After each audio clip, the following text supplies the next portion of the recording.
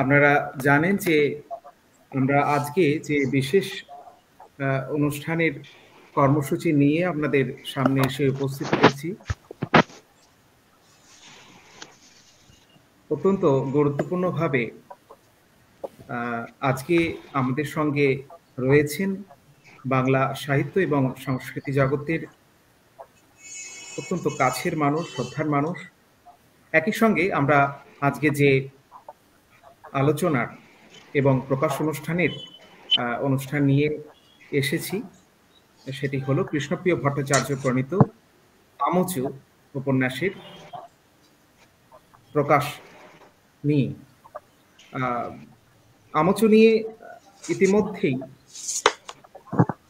বাংলা পাঠক মহলে একটি আলোড়ন উঠেছে এবং সেই আলোড়নের নানাবিধ কারণও রয়েছে। আজকে বেশ কিছু দিক নিয়ে আমরা আলোচনা করব এবং বাঙালি সারস্বত যে পাঠক সমাজ, তাদের কাছে এ বই, এ পাঠ এবং পাঠকৃতিকে আরও বেশি করে যাতে করে এর প্রচার হয়, তারও একটি পর্যায়ক্রম আমরা এই আলোচনার মধ্যে দিয়ে তৈরি করবার চেষ্টা করব। আমাদের সঙ্গে এই মুহূর্তে যারা সংযুক্ত হয়েছেন তাদেরকে আন্তরিক স্বাগত জানাই। আমাদের সঙ্গে রয়েছেন প্রফেসর পবিত্র সরকার, স্যারকে অবগাহনে আমরা আবারও স্বাগত জানাই। আমাদের সঙ্গে রয়েছেন প্রফেসর তপোধীর ভট্টাচার্য, আমরা স্যারকে আবারও স্বাগত জানাই। আমাদের সঙ্গে রয়েছেন কথাকার অমর মিত্র, অমরদাকে আমরা আন্তরিক স্বাগত জানাই। আমাদের সঙ্গে খুব উল্লেখযোগ্যভাবে রয়েছেন, সম্ভবত দ্বিতীয়বারের জন্য আমরা পেয়েছি ডক্টর রাহুল দাশগুপ্ত, এবং এটিও উল্লেখযোগ্য যে রাহুলদা চিন্তা প্রকাশনীর পত্রিকা ও প্রকাশনী, তার কর্ণধার, একই সঙ্গে বিশিষ্ট সাহিত্যিক। রাহুলদার কাছে আমরা শুনে নেব কথা, এবং আমাদের সঙ্গে রয়েছেন কথাকার, আমরা জানি না যে কৃষ্ণপ্রিয়দা এই শব্দটার কতটা ইয়ে করবেন, কিন্তু আমাদের বলতে হবে আমাদের সঙ্গে কৃষ্ণপ্রিয়দা রয়েছে। তো কৃষ্ণপ্রিয়দার কাছেও আমরা যাব, প্রতিক্রিয়া শুনব, এবং কিছুক্ষণের মধ্যে আমাদের সঙ্গে যুক্ত হবেন ডক্টর স্বপন পান্ডা। স্বপনদাকেও আমরা স্বাগত জানিয়ে নেব।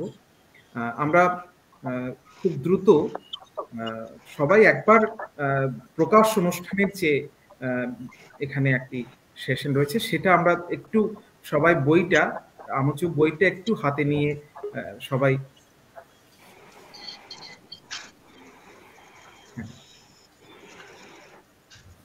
আমরা একটু দেখে নেব। হ্যাঁ, আমি স্বপনদাকে একটু অ্যাড করে নিচ্ছি। আসলে আমাদের স্ট্রিমিয়ারে 6 জনের বেশি হয় না, তো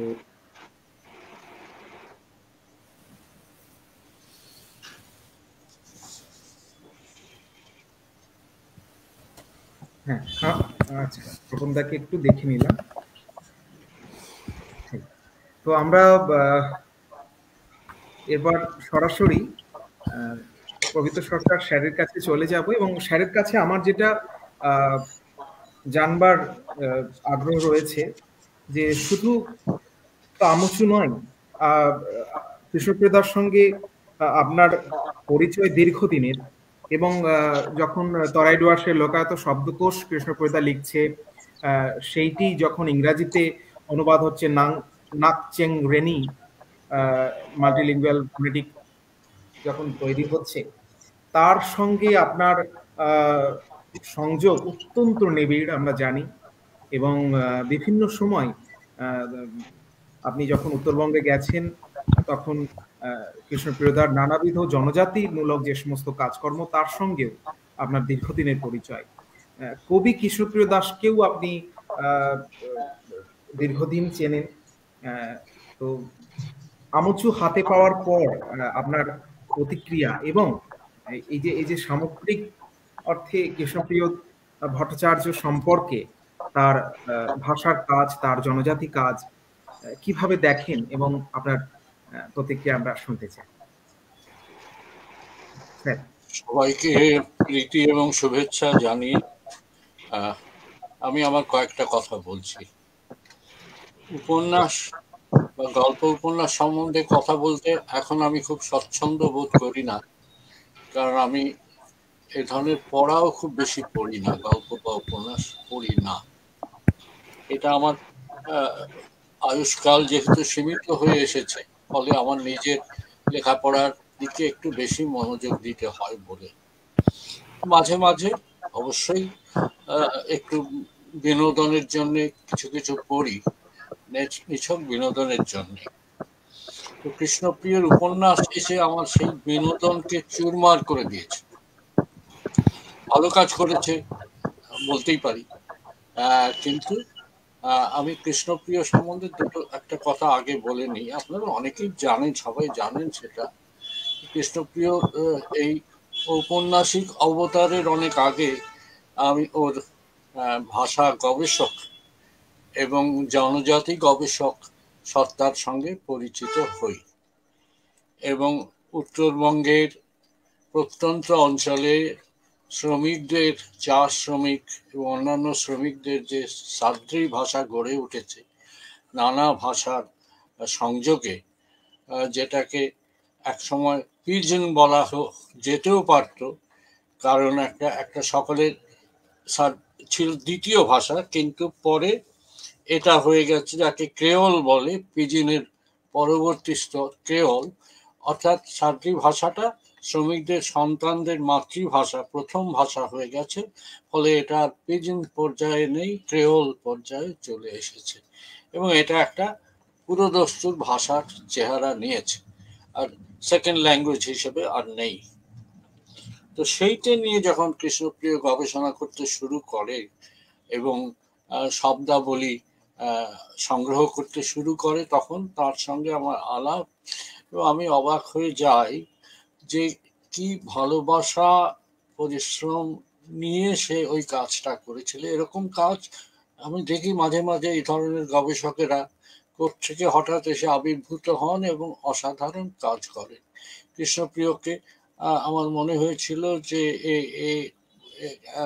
ভাষা বিজ্ঞানের পক্ষে শুধু নয়, নৃবিজ্ঞান, সমাজবিজ্ঞান এবং দেশ এর কি বলবো সংহতির পক্ষেও অত্যন্ত গুরুত্বপূর্ণ কাজ কৃষ্ণপ্রিয় করছে। আমি আমার দিক থেকে দুটো একটা পরামর্শ দিয়েছিলাম, হয়তো একটু এখানে ওখানে সাহায্য করেছি, কিন্তু কৃষ্ণপ্রিয় নিজের যোগ্যতায় এই কাজগুলো করে করে এগিয়ে পার্শ্বিকভাবে তার কবিতার সঙ্গেও আমার পরিচয় হয়েছিল, এবং ভালো কবিতা লিখতে, মানে সমর্থক কবিতা। আমি কবিতা ও যে ভালো সমালোচকটা নই, কিন্তু কোনটা কবিতা আর কোনটা না কবিতা ঠিক কবিতায় পৌঁছতে পারলো না, এই তফাৎটা, বড় তফাৎটা আমি বুঝতে পারি। কৃষ্ণপ্রিয় যে কবিও বটে সেটা স্বীকার করতে আমার কোনো দ্বিধা নেই। এখন কৃষ্ণপ্রিয়র এই যে তৃতীয় অবতার, না আর একটা অবতার আছে, সে উত্তর বাংলার জনজাতিগুলোকে নিয়ে তাদের পরিচিতি ঘটাবার জন্যে এবং ভারতের সংস্কৃতি স্রোতে বা এই মধ্যবিত্ত শিক্ষিত, তথাকথিত শিক্ষিত সংস্কৃতির যে ভারতীয় মূল ধারা, তার মধ্যে এই জনজাতির পরিচয়টাকে সে প্রান্তিকতা থেকে ঠেলে ঠুলে আনবার চেষ্টা করছে, যেটা খুব প্রশংসনীয় কাজ বলে আমি মনে করি। নানান ধরনের, যে টোটো হোক, ওখানকার লেপচা হোক, যাই হোক, সমস্ত জনজাতিকে সে আমাদের সামনে এনে আমাদেরই দেশের অধিবাসী, আমাদেরই মতো মানুষ, সুখ দুঃখের মানুষ, তাদের বৈচিত্র্যের মধ্যে থেকে তাদের জ্বলন্ত মনুষ্যত্বটাকে তুলে ধরবার চেষ্টা করেছে। আমি কিছু কিছু ফেসবুকে এবং অন্যান্য সূত্রে তার কিছু কিছু তথ্যচিত্র দেখেছি, সেগুলো আমার বেশ ভালো লেগেছে। ফলে কৃষ্ণপ্রিয় এই নানা দিক থেকে একটু বহু কৌণিক এক অস্তিত্ব এবং বহু ধরনের সৃষ্টি, আগ্রহ, কৌতূহল এবং প্রকাশ তার মধ্যে আমি দেখেছি। অদ্ভুত, যেন আমাদের চেয়ে অনেক বেশি জীবনী শক্তি ওর বেশি, টকবক করে ফুটছে, সবসময় একটা উদ্যম আছে, কিছু একটা করবে। কথাবার্তার মধ্যেও সে নিজের এই জীবনী শক্তিটাকে প্রকাশ করে, আমাদের কাছে খুব প্রিয় একটি মানুষ হয়ে উঠেছে কৃষ্ণপ্রিয়। এখন তার এই উপন্যাসটা আমি পড়লাম, আমি আগেই বলেছি যে সত্যি সত্যি গল্প উপন্যাস আমি একসময় কিছু পড়েছি, কিন্তু এখন আমি গল্প উপন্যাসে খুব মানে মন দিতে পারি না। কিন্তু এই বইটি পড়ে আমি তো ভরকে গেলাম, আমি আমার বিনোদনের স্বপ্ন চুরমার হয়ে গেল। এই কারণে যে তপোধীরের জায়গায় আমি একটু প্রবেশ করি, এটা হচ্ছে রলা বার্থ যে বলেছিলেন যে দুই ধরনের টেক্সট আছে, রাইটারলি টেক্সট আর রিডারলি টেক্সট। কৃষ্ণপ্রিয় তার শত মানে আমোদেপনা সত্ত্বেও মেজাজ তার খুব দারুণ একটা মেজাজে থাকে সে সব সময়, তা সত্ত্বেও সে একটা রিডারলি টেক্সট লেখায় মন দেয়নি, সে একটা রাইটারলি টেক্সট লিখেছে।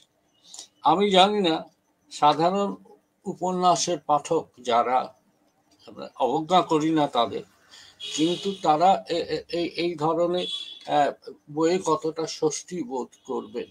কিন্তু এরকম একটা বই যে লেখা হলো, যেরকম ভাষায় লেখা হলো, তার জন্য আমি বাঙালি হিসেবে গর্ববোধ করি।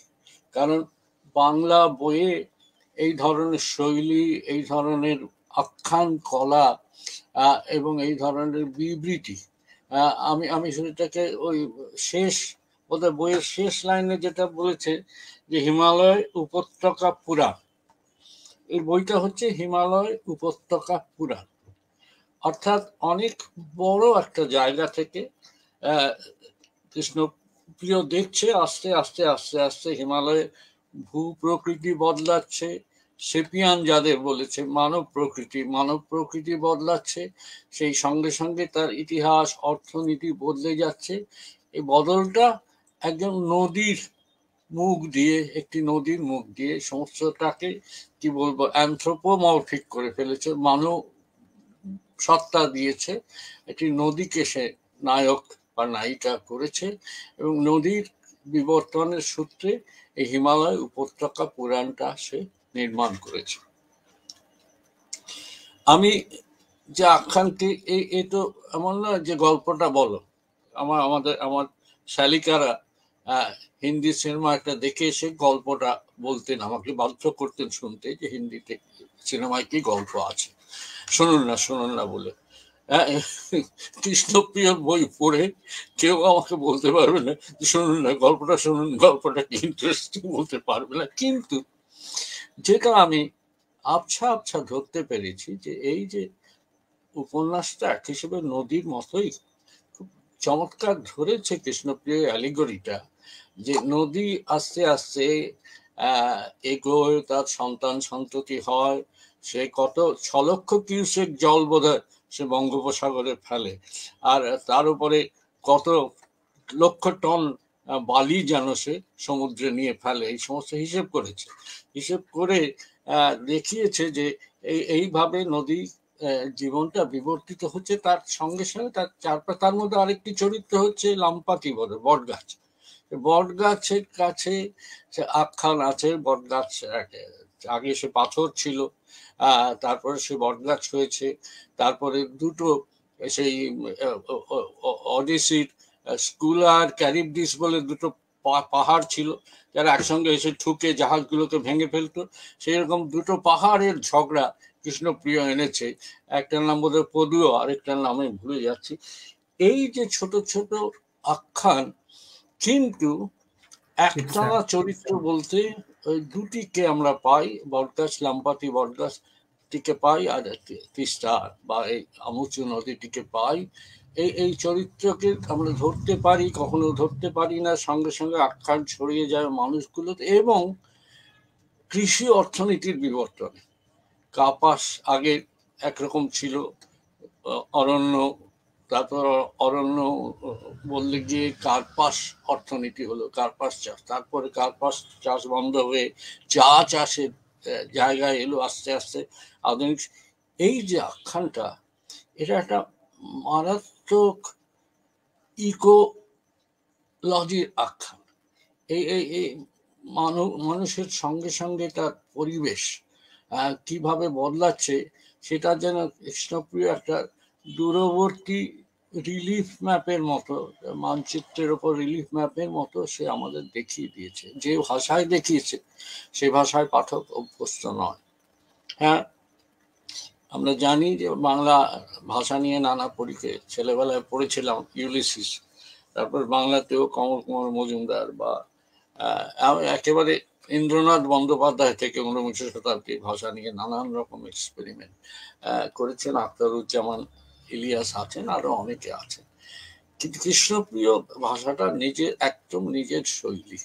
সে যেন ওই অ্যানথ্রোপোলজিস্টের চোখ দিয়ে দেখছে। অ্যানথ্রোপোলজিস্ট, জিওগ্রাফার, এদের চোখ দিয়ে সমস্ত ওই হিমালয় উপত্যকা পুরাণটাকে নির্মাণ করছে।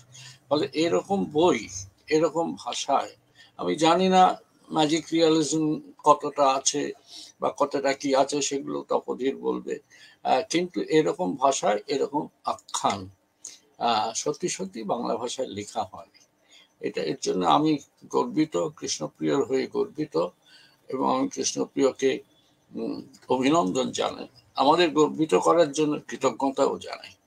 আমি এই কথা বলে শেষ করছি।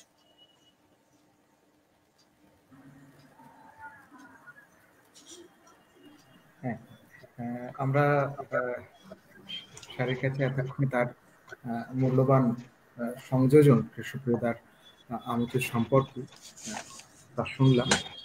স্যার বিভিন্ন ব্যস্ততার মধ্যে রয়েছেন, তিনি যতক্ষণ পারেন তিনি থাকবেন আমাদের সঙ্গে। আমরা তাকে তো ধরে রাখতে পারবো না। তো আমরা এবার সরাসরি তপোধীর ভট্টাচার্য তার কাছে যাব। আপনারা জানেন যে আমুচু বইটিতে অত্যন্ত উল্লেখযোগ্য একটি উত্তর কথন তপোধীর ভট্টাচার্য লিখেছেন।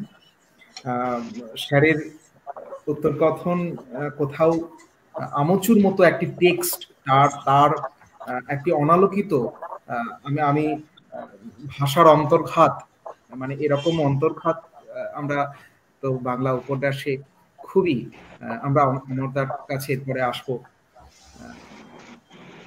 তো আমরা স্যারের কাছে চলে যাব। স্যারের একটি স্যারের যে আলোচনা তিনি 5টি বিভাগে সেটি বিন্যস্ত করেছেন, সেখানে নানা প্রসঙ্গ তিনি তার অবতারণা করেছেন। আমার কৃষ্ণপ্রিয়দার কার্পাস ভ্যালি বইটির কথা বারবার মনে হচ্ছিল, এবং স্যারও বারবারই সেটি আলোচনা করতে গিয়ে কার্পাস ভ্যালির উল্লেখ করেছেন, এবং তিনি এটা মনে করেন যে কোথাও ঔপন্যাসিক কৃষ্ণপ্রিয় যখন আমাদের সামনে এসে ধরা দিতে চাইছে, তার মধ্যেও যেন কোথাও অন্তরালবর্তী থাকছে কবি কৃষ্ণপ্রিয়র একটি সত্তা। আমরা তপোধীর স্যারের কাছে এবার তার আলোচনা শুনে নেব। স্যার। ধন্যবাদ অরিন্দ্রজি। আজকে সত্যি একটি ব্যতিক্রমী দিন, এই জন্যে যে আজ ডিসেম্বরের 2 তারিখে আমাদের কি বলবো, নদী আপন বেগে পাগল পাড়া যেমন, ঠিক তেমনি এরকম আপন বেগে পাগল পাড়া এক খাপছাড়া মানুষের, যার নাম কৃষ্ণপ্রিয়। হ্যাঁ, আমিও ভট্টাচ, সেও ভট্টাচ, কিন্তু আজকে তার জন্মদিন। জন্মদিনের শুভেচ্ছাও আমি জানাচ্ছি। আর জন্মদিনে তার আমচুর মতো একটি বই, সেটাকে আমি আসলে একটা না বই বলতে চাইছি। হয়তো কথাটার মধ্যে একটুখানি সুবিমল মিশ্র এসে ঢুকে পড়লেন, আমি জানি না, যে একটা এন্টি বই, একটা এন্টি কথা। ভারী চমৎকার ভাবে আমাদের শ্রদ্ধেয় পবিত্রদা এতক্ষণ যে কথাগুলো বলছিলেন, সমস্ত জরুরি কথাগুলো কিন্তু তিনি বলে নিয়েছেন। তো আমি বরং এই কথাটা বলি যে কৃষ্ণপ্রিয়কে যখন আমি জানতে পারলাম, তার কবিতার মাধ্যমেই কিন্তু তাকে জেনেছি। তারপরে সে অকৃপণ ভাবে তার অত্যন্ত মূল্যবান কিছু বই আমাকে দেয়, এবং সেই বইগুলোর একটুখানি উল্লেখ পবিত্রদাও করলেন, আমরা সবাই জানি সেটা। এবং এই আমচু পড়তে পড়তে, যেটা একটা না বই আসলে, এবং আবার সেই সুবিমল মিশ্র এসে আমার ঘাড়ে নিঃশ্বাস ফেলছেন, আসলে এটি রামায়ণ চামারের গল্প হয়ে উঠতে পারত, প্রায় এই জাতীয়। আসলে এটা একটি আখ্যান হয়ে উঠতে পারত, কিন্তু তার ভেতর থেকেই তো ছিল তার ন্যায়ের দিকে ঝোঁকটা, যাতে আখ্যান না হয়। এবং এটা কৃষ্ণপ্রিয়রও কিচ্ছু করার আছে বলে আমার মনে হয় না। ফলে সেটা এই ব্যাপারে সে সফল, যে এটা একটা না আখ্যান, না উপন্যাস নিশ্চয়ই হয়েছে। আসল কথা কি, যেটা পবিত্রদা আমাদের নানাভাবে ওই আমচুর মতোই আমাদের পলিমাটি দিয়ে আমাদের ঋদ্ধ করে যাচ্ছেন, আমরা বুঝি আর না বুঝি। সুতরাং এই জন্যে তিনি হয়তো উপন্যাস পাঠ তেমন ভাবে করেন না বললেন, কিন্তু আসলে করেন। তো সে যাই হোক, আমি সেটা নিয়ে আর বেশি উচ্চবাচ্য করছি না। এবং এই জন্য আমচুরকে এটা খুব বড় বই না, কৃষকায় বই, এবং এটা চিন্তা প্রকাশনীর একটি চমৎকার প্রকাশনা বলে নিশ্চিতভাবেই গণ্য হবে, এটা আমি নিশ্চিত বিশ্বাস রাখি। কারণ বই তো অনেকই বেরোয়, কিন্তু সব বই কি আর এই ব্যতিক্রমী ওই বিশেষণটা দাবি করতে পারে? পারে না তো। কিন্তু আমচু কিন্তু পারে। তো একটু আগে অরিন্দ্রজিৎ বলছিল যে এই বইটার শেষ দিকে আমাকে একটু চান্স দিয়েছে বলা ভালো কৃষ্ণপ্রিয়, আমি একটা উত্তর কথন লিখে দিয়েছি। কিন্তু চান্স দিয়েছে বটে, কিন্তু এটা প্রথম সে যখন শিলচরে এসে আমাকে আমচুর যে খসড়া বলা যেতে পারে, অথবা ছাপানো অবস্থায় তো আমাকে দেয়, এবং আমি সেটা পড়ে নিই সে শিলচরে থাকতে থাকতেই, এবং পরে আমি অবশ্যই চমৎকৃত বোধ করি। তারপর দ্বিতীয় দিন যখন সে আমার বাড়িতে আসে, তখন আমি তাকে বললাম যে আমার একটা ভীষণ লোভ হচ্ছে কৃষ্ণপ্রিয়, যে এই বয়ানটা পড়ে আমার মনে হচ্ছে আমার হয়তো পরে আমি আরো নানা কিছু লিখবো, কিন্তু এই মুহূর্তে আমার কিছু না লিখলেই নয়, আমি পারছি না আর কিছু না লিখে।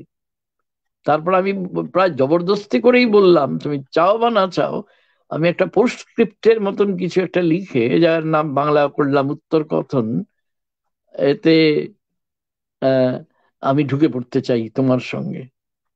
আসলে আমি তখন তাকে বলিনি।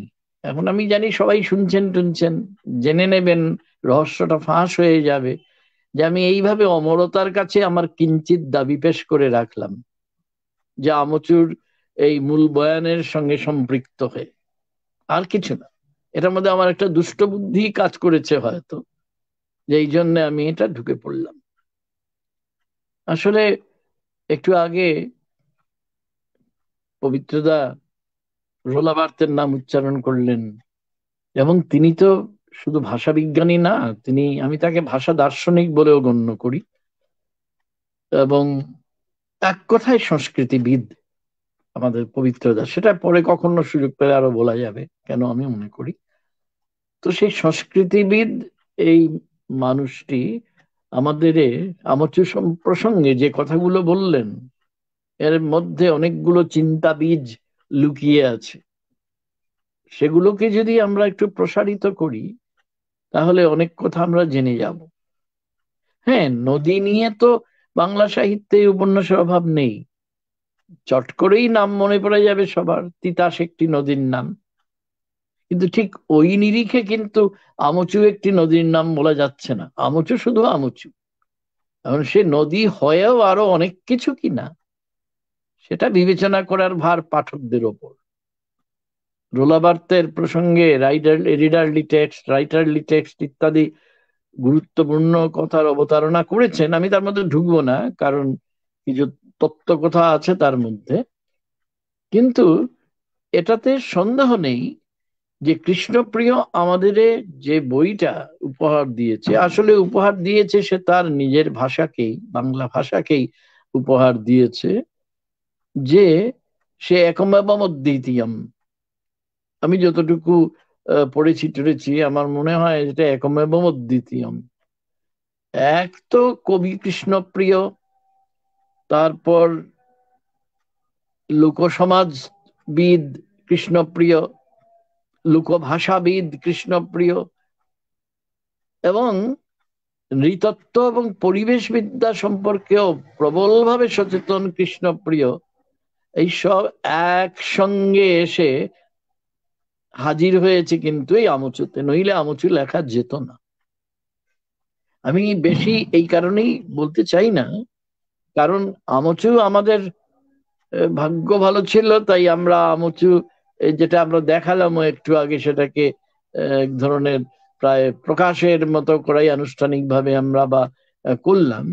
কিন্তু এটা তো যারা শুনছেন আজকে, তারা তো হয়তো অনেকে দেখেননি, তারা পড়ুন। সুতরাং তাদের উপরে আমি কোনো ভার চাপিয়ে দিতে চাই না।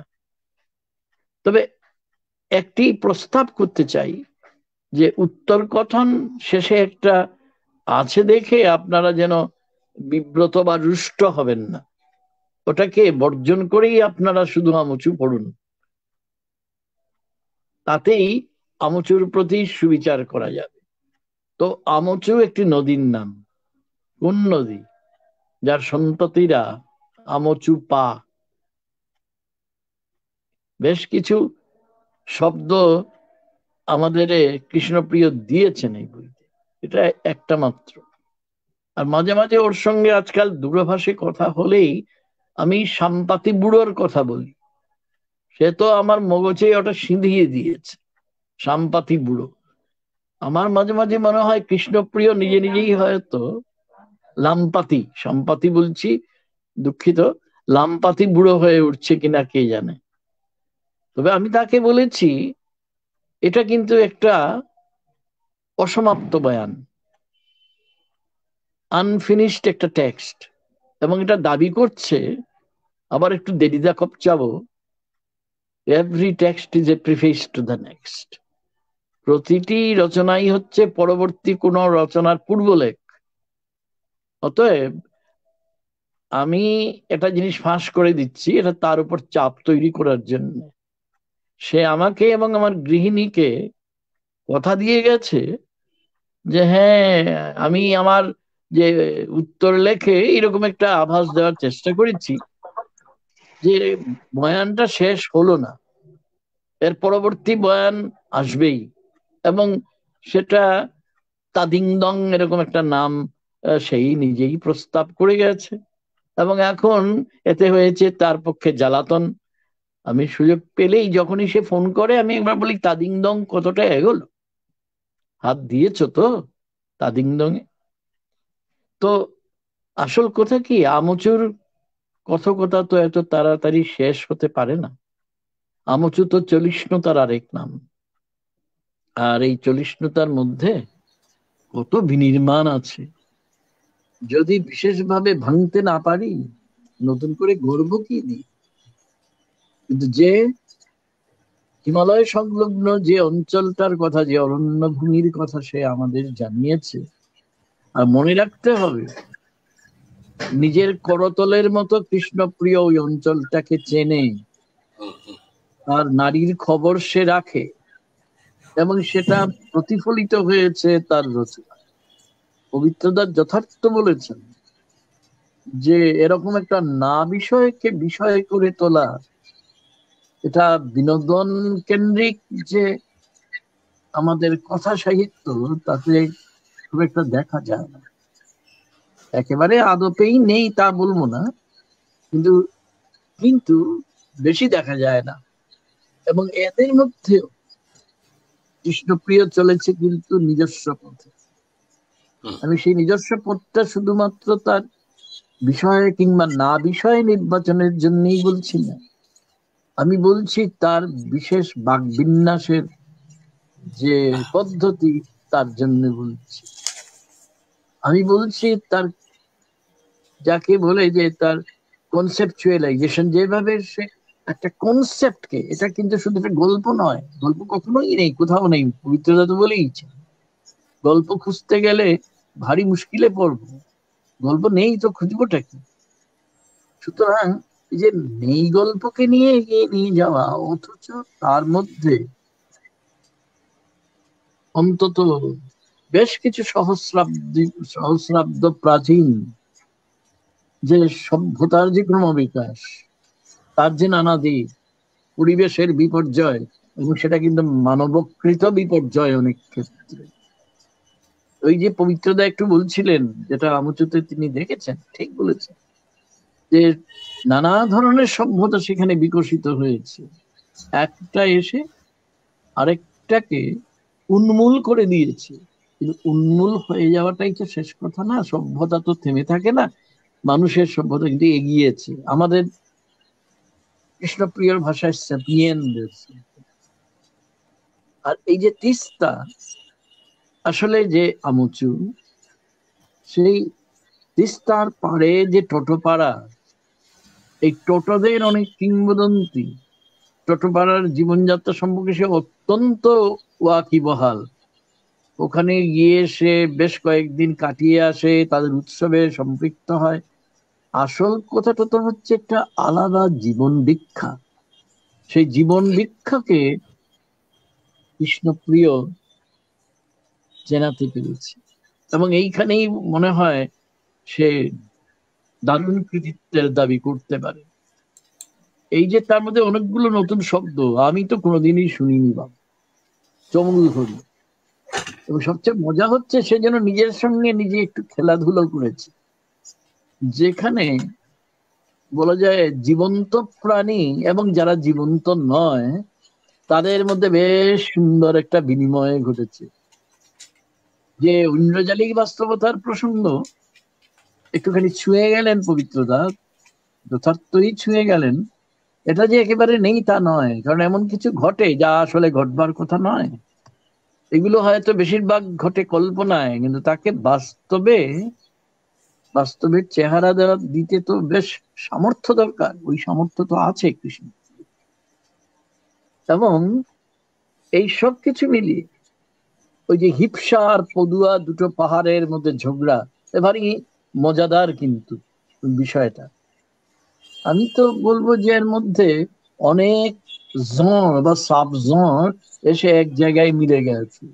খানিকটা শিশু সাহিত্য আছে, খানিকটা ওই ঐন্দ্রজালিক বাস্তবতার একটু ধরনও আছে, অরণ্য সংস্কৃতির নানা লীলা চাপল্য আছে, এবং আছে আমাদের একেবারে হাল আমলে যেটাকে বলি ঔপনিবেশিক শোষণ এবং তার বিরুদ্ধে রুখে দাঁড়ানোর চেতন এবং অবচেতন দুটোই প্রক্রিয়া। এই সব কিছু কিছু আছে এর মধ্যে। ভাবতে অবাক লাগে যে খুব বাজে উপমা মনে আসছে। আমি তো আর কৃষ্ণপ্রিয়ের মতো কথাকার নই, বা অমর মিত্রের মতো নাকসাইটে কথাকারও নই, কি বলতে কি বলে ফেলবো। আমার মনে হয় একটা ছোট্ট, আমাদের এখানে একটা লঙ্কা পাওয়া যায়, আমরা ধানি লঙ্কা বলি, অন্যত্র পাওয়া যেতে পারে। এই ধানি লঙ্কা দেখতে খুব ছোট, কিন্তু তার মধ্যে যা তেজ এটা বলে বোঝানো যাবে না। তো এরকম একটা ধানি লঙ্কাই কি উপহার দিল বাংলা সাহিত্যে, নাকি মজা দেখছে? তো তার মধ্যে একটা দুষ্ট বালকও কাজ করে মনে হয় মাঝে মাঝে, কৃষ্ণপ্রিয় হতে পারে। কিন্তু সবচেয়ে বড় কথা হচ্ছে যেটা, তিব্বতে যার উৎস, সে তিব্বতকে ভুলেনি। সে এমনকি তাদের মধ্যে বেশ কনফারেন্সেরও আয়োজন করে ফেলে। আমি তো বলবো এটা ঘটাতে গেলে বুকের পাটা লাগে। সেই বুকের পাটা আছে বটে কৃষ্ণপ্রিয়। তো কৃষ্ণপ্রিয় ভট্টাচার্য তাদিংদঙে কি করবেন আমার জানা নেই। তিনি তাকে তার অরণ্যভাস বলে একটা শব্দ হতে পারে, লোকভাষও বলা যেতে পারে, বা এটা হয়ে যেতে পারে সময় ভাসও, যে সময়টা শুরু হয়েছে অনাদি কাল থেকে, এবং এটা হয়তো চলেছে অনন্তের পানে। আর মাঝখানে মধ্যবর্তী সময়টুকুতে আমরা যারা উঁকি দিয়ে তার হেসেল ঘরটা দেখে নিচ্ছি, তার কথাবৃত্তের, আমরা একটু হতভম্ব হয়ে যাচ্ছি। কারণ সেখানে শুক্তোটা যে কোথায় কখন পাতে পড়বে, আর কখন মাছের কালিয়া, আর কখন তার সেটাকে গুবলেট করে দিয়ে এসে যাবে হয়তো খানিকটা বেশ চাটনি জাতীয় কিছু ব্যাপার, এটা বলা বড় মুশকিল। আবার সব মিলিয়ে এটা কিন্তু মোটেই ওই শক্তি চট্টোপাধ্যায়ের একটা ততবিখ্যাত নয় কবিতার একটা পংক্তি উদ্ধৃত করে বলি, ঠাট্টা বটকেরা নয় হে, যাবেই যদি ঘন ঘন, পিছন ফিরে তাকানো কেন। তো যেতে তো হবে ঘন ঘন কৃষ্ণপ্রিয়কে। তাদিং দং এও তো চুপ করে থাকলে চলবে না, তারপরেও সে কোন দিকে যাবে সেই জানে। গোটা ব্যাপারটাই তো সম্ভাবনার গর্ভে, আর সম্ভাবনাকে কর্ষণ করাই তো একজন কথাকারের কাজ। তো আপাতত কৃষ্ণপ্রিয় সম্ভাবনা কর্ষণ করতে থাকুন, আমরা অপেক্ষা করছি। তো আপাতত এইটুকুই বললাম অরিন্দ্রজিৎ। আমি একটা কথা যোগ করতে চাই, সেটা হ্যাঁ হলো বলুন। এর মধ্যে কৃষ্ণপ্রিয় এক ধরনের দার্শনিকতা আমি লক্ষ্য করি, জানি না এটা পোস্ট মডার্ন কিনা। সেটা হলো যে মানুষ তো এতদিন পৃথিবীতে আধিপত্য করেছে, এই আধিপত্যের গল্প উপন্যাসও তাই, মানুষের আধিপত্য। কৃষ্ণপ্রিয় দেখলাম তার উপন্যাসেই প্রথম মানুষের আধিপত্যটা ভাঙল, ভেঙে সেই সিপিয়ান নন সিপিয়ান এই ধরনের কথা ব্যবহার করে মানুষের এতদিনকার যে আধিপত্য সারা পৃথিবীর সভ্যতা সংস্কৃতির উপরে, সে আধিপত্যটাকে খর্ব করলো। এটা আমার কাছে খুব খুব ইন্টারেস্টিং মনে হয়েছে, খুব মানে এক ধরনের দার্শনিক অবস্থান নিয়েছে, এটা আমার খুব ভালো লেগেছে। এইটুকু। যথার্থ যথার্থ বলেছেন পবিত্রদা, তা আছেই, একটা দার্শনিক দীক্ষা তার আছেই। সেই প্রণালীবদ্ধ ভাবনার একটা প্রকাশ আমরা প্রায়ই দেখতে পাই এর বয়ানের নানা জায়গায়। সবসময় যে খুঁজতে হয় তাও না, প্রায় ভিভিড হয়ে যায়। তো আপাতত এই পর্যন্ত অরিন্দ্রজিৎ। তো আমরা শ্রদ্ধেয় পবিত্র সরকার এবং তাপতি ভট্টাচার্যের দুটি মূল্যবান আলোচনা অবগাহনে শুনলাম। আমরা এরপর চলে যাব। অমরদা আমাদের সঙ্গে রয়েছেন এবং অমর মিত্র, আপনারা জানেন যে বহু তরুণ যারা লিখছেন বিশেষত কথা সাহিত্যের অংশে, অমরদা খুব নিবিড়ভাবে তাদের লেখা পড়েন, তাদের সম্পর্কে বিভিন্ন ক্ষেত্রে আলোচনা করেন এবং অমরতার কাছে কেশবদা এই বই পৌঁছে দিয়েছেন। আমরা অমরতার কাছে এরপর শুনে নেব যে তার কি অভিমত। অমরতা। কৃষ্ণপ্রিয়কে শুভেচ্ছা জানাই। আজ তো কৃষ্ণপ্রিয়র জন্মদিন, এটা সকালবেলা অরিন্দ্রজিৎ আমাকে বলেছে, তারপরে তপোদিত্য বললেন। আর আমার সঙ্গে এখানে যারা আছেন সকলের সঙ্গে কৃষ্ণপ্রিয়ের বহুদিনের আলাপ। আমার সঙ্গে আলাপ হচ্ছে পরশুদিন, গত পরশু ও আমাদের বেলগেছিয়ার ফ্ল্যাটে এসেছিল বই নিয়ে। প্রচুর হাসে, একবারে সবসময় উল্লসিত হয়ে আছে, অফুরন্ত প্রাণ শক্তি দেখলে মনে হয়। কলকাতায় এসে চরকির মতো ঘুরছে, আবার চলে গেল উত্তরবঙ্গে গিয়ে সে ডুয়ার্স, টোটোপাড়া, ওই পার্বত্য অঞ্চলের মানুষজন, নদ নদী, পাহাড়, এই সবের সঙ্গে কৃষ্ণপ্রিয়র বা বন্ধুতা আর কি। কৃষ্ণপ্রিয় এই বইটি এত পরশুদিন দিয়ে গেছে, গতকালই আমি পড়েছি এবং সারা দুপুর ধরে, খুব ছোট্ট বই, ফলে পড়তে, কিন্তু ছোট্ট বই হলে কি হবে, এ মানে নিবিড়তা প্রত্যাশী এই বইকে খুব সাবধানে পড়তে হয় এবং প্রতিটা পংক্তি পড়তে হয়, কোনো বাক্য বাদ দিলে চলবে না। অনেক উপন্যাস গল্প আছে যে অতিরিক্ত মানে শব্দভারে, অতিরিক্ত প্যারাগ্রাফে, পংক্তিতে ভর্তি, যেগুলো পড়তে পড়তে মানে রিপিটেশন থাকে, বিরক্ত লাগে, বাদ দিয়ে দিতে হয়, এরকম হয়। এরকম গল্প উপন্যাসের সন্ধান পেয়েছি। প্রচুর বই আসে, পড়তে হয়। আবার কৃষ্ণপ্রিয়র এই বইটা ছিল, বইটা ছোট্ট বই, কিন্তু এই বইয়ের কিছুই বাদ দেওয়া যায় না, কারণ বাদ দিলে নিজেই বুঝতে পারবো না আসলে কৃষ্ণপ্রিয় কি বলতে চাইছে। আমি ওই উত্তরবঙ্গের, পশ্চিমবঙ্গের এই দিকটায় ঘুরেছি। উত্তরবঙ্গে একবারই বেশ কিছুদিন ঘুরেছিলাম, ওই দিনাটা, ওই ছিটমহল অঞ্চল, ওই ছিটমহল অঞ্চলে, এবং ওপারের উত্তরবঙ্গেও ঘুরেছিলাম, ওই রংপুর জেলা টেলা। কিন্তু এই ডুয়ার্সের এই সমস্ত পাহাড় পর্বত, এখানকার মানুষজন, এসব আমি চিনি না। এই জন্য আমি এই উপন্যাসটা পড়েছি, মানে বিস্ময়ের সঙ্গে পড়েছি।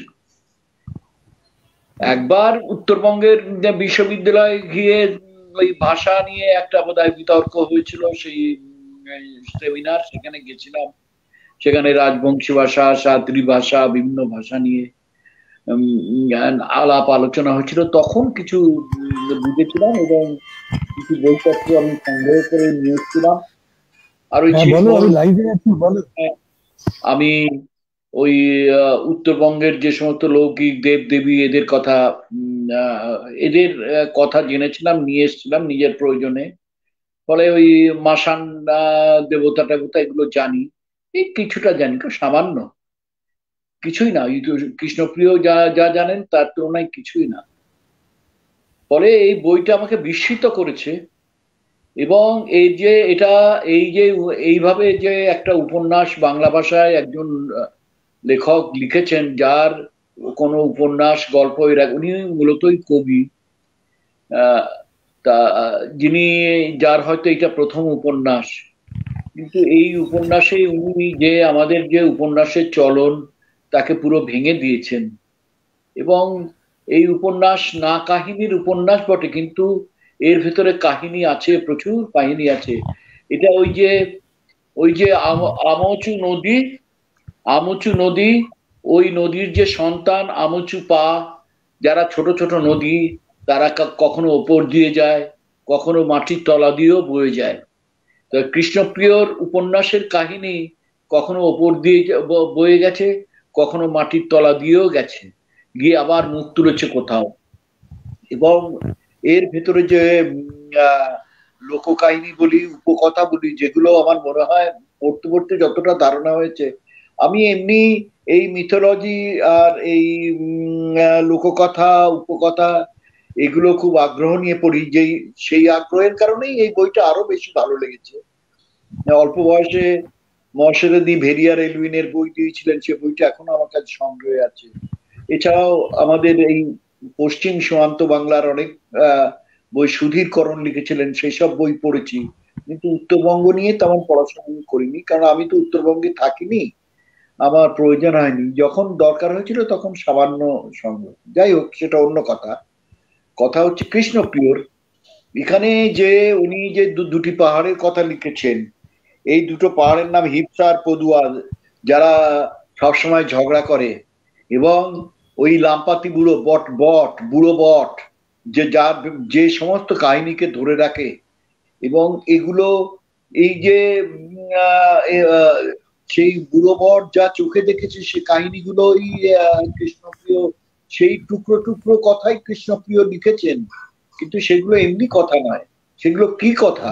কথা হচ্ছে কাপাস বন কি করে ধ্বংস হয়ে গেল, সেখানে চা বাগানের পত্তন হলো, চীনা গাছ, চা গাছ এসে চা বাগানের পত্তন হলো। আবার যখন তা বাদ দিয়েও কিছু কিছু পড়েছিল যে কাপাস বন, মানে আমি কার্পাস গাছ বলছি, ওটা আমরা কাপাস তুলো বলি, কার্পাস। হ্যাঁ, ওই এই যে আবার কিছুটা যে কাপাস বন ছিল, মানে কাপাস চাষ হতো একটা অংশ, সেই চমুল হরি কংগ্রেস বসলো, চমুল হরি কংগ্রেস, এটা কৃষ্ণপ্রিয়কে অপূর্ব বানিয়েছেন।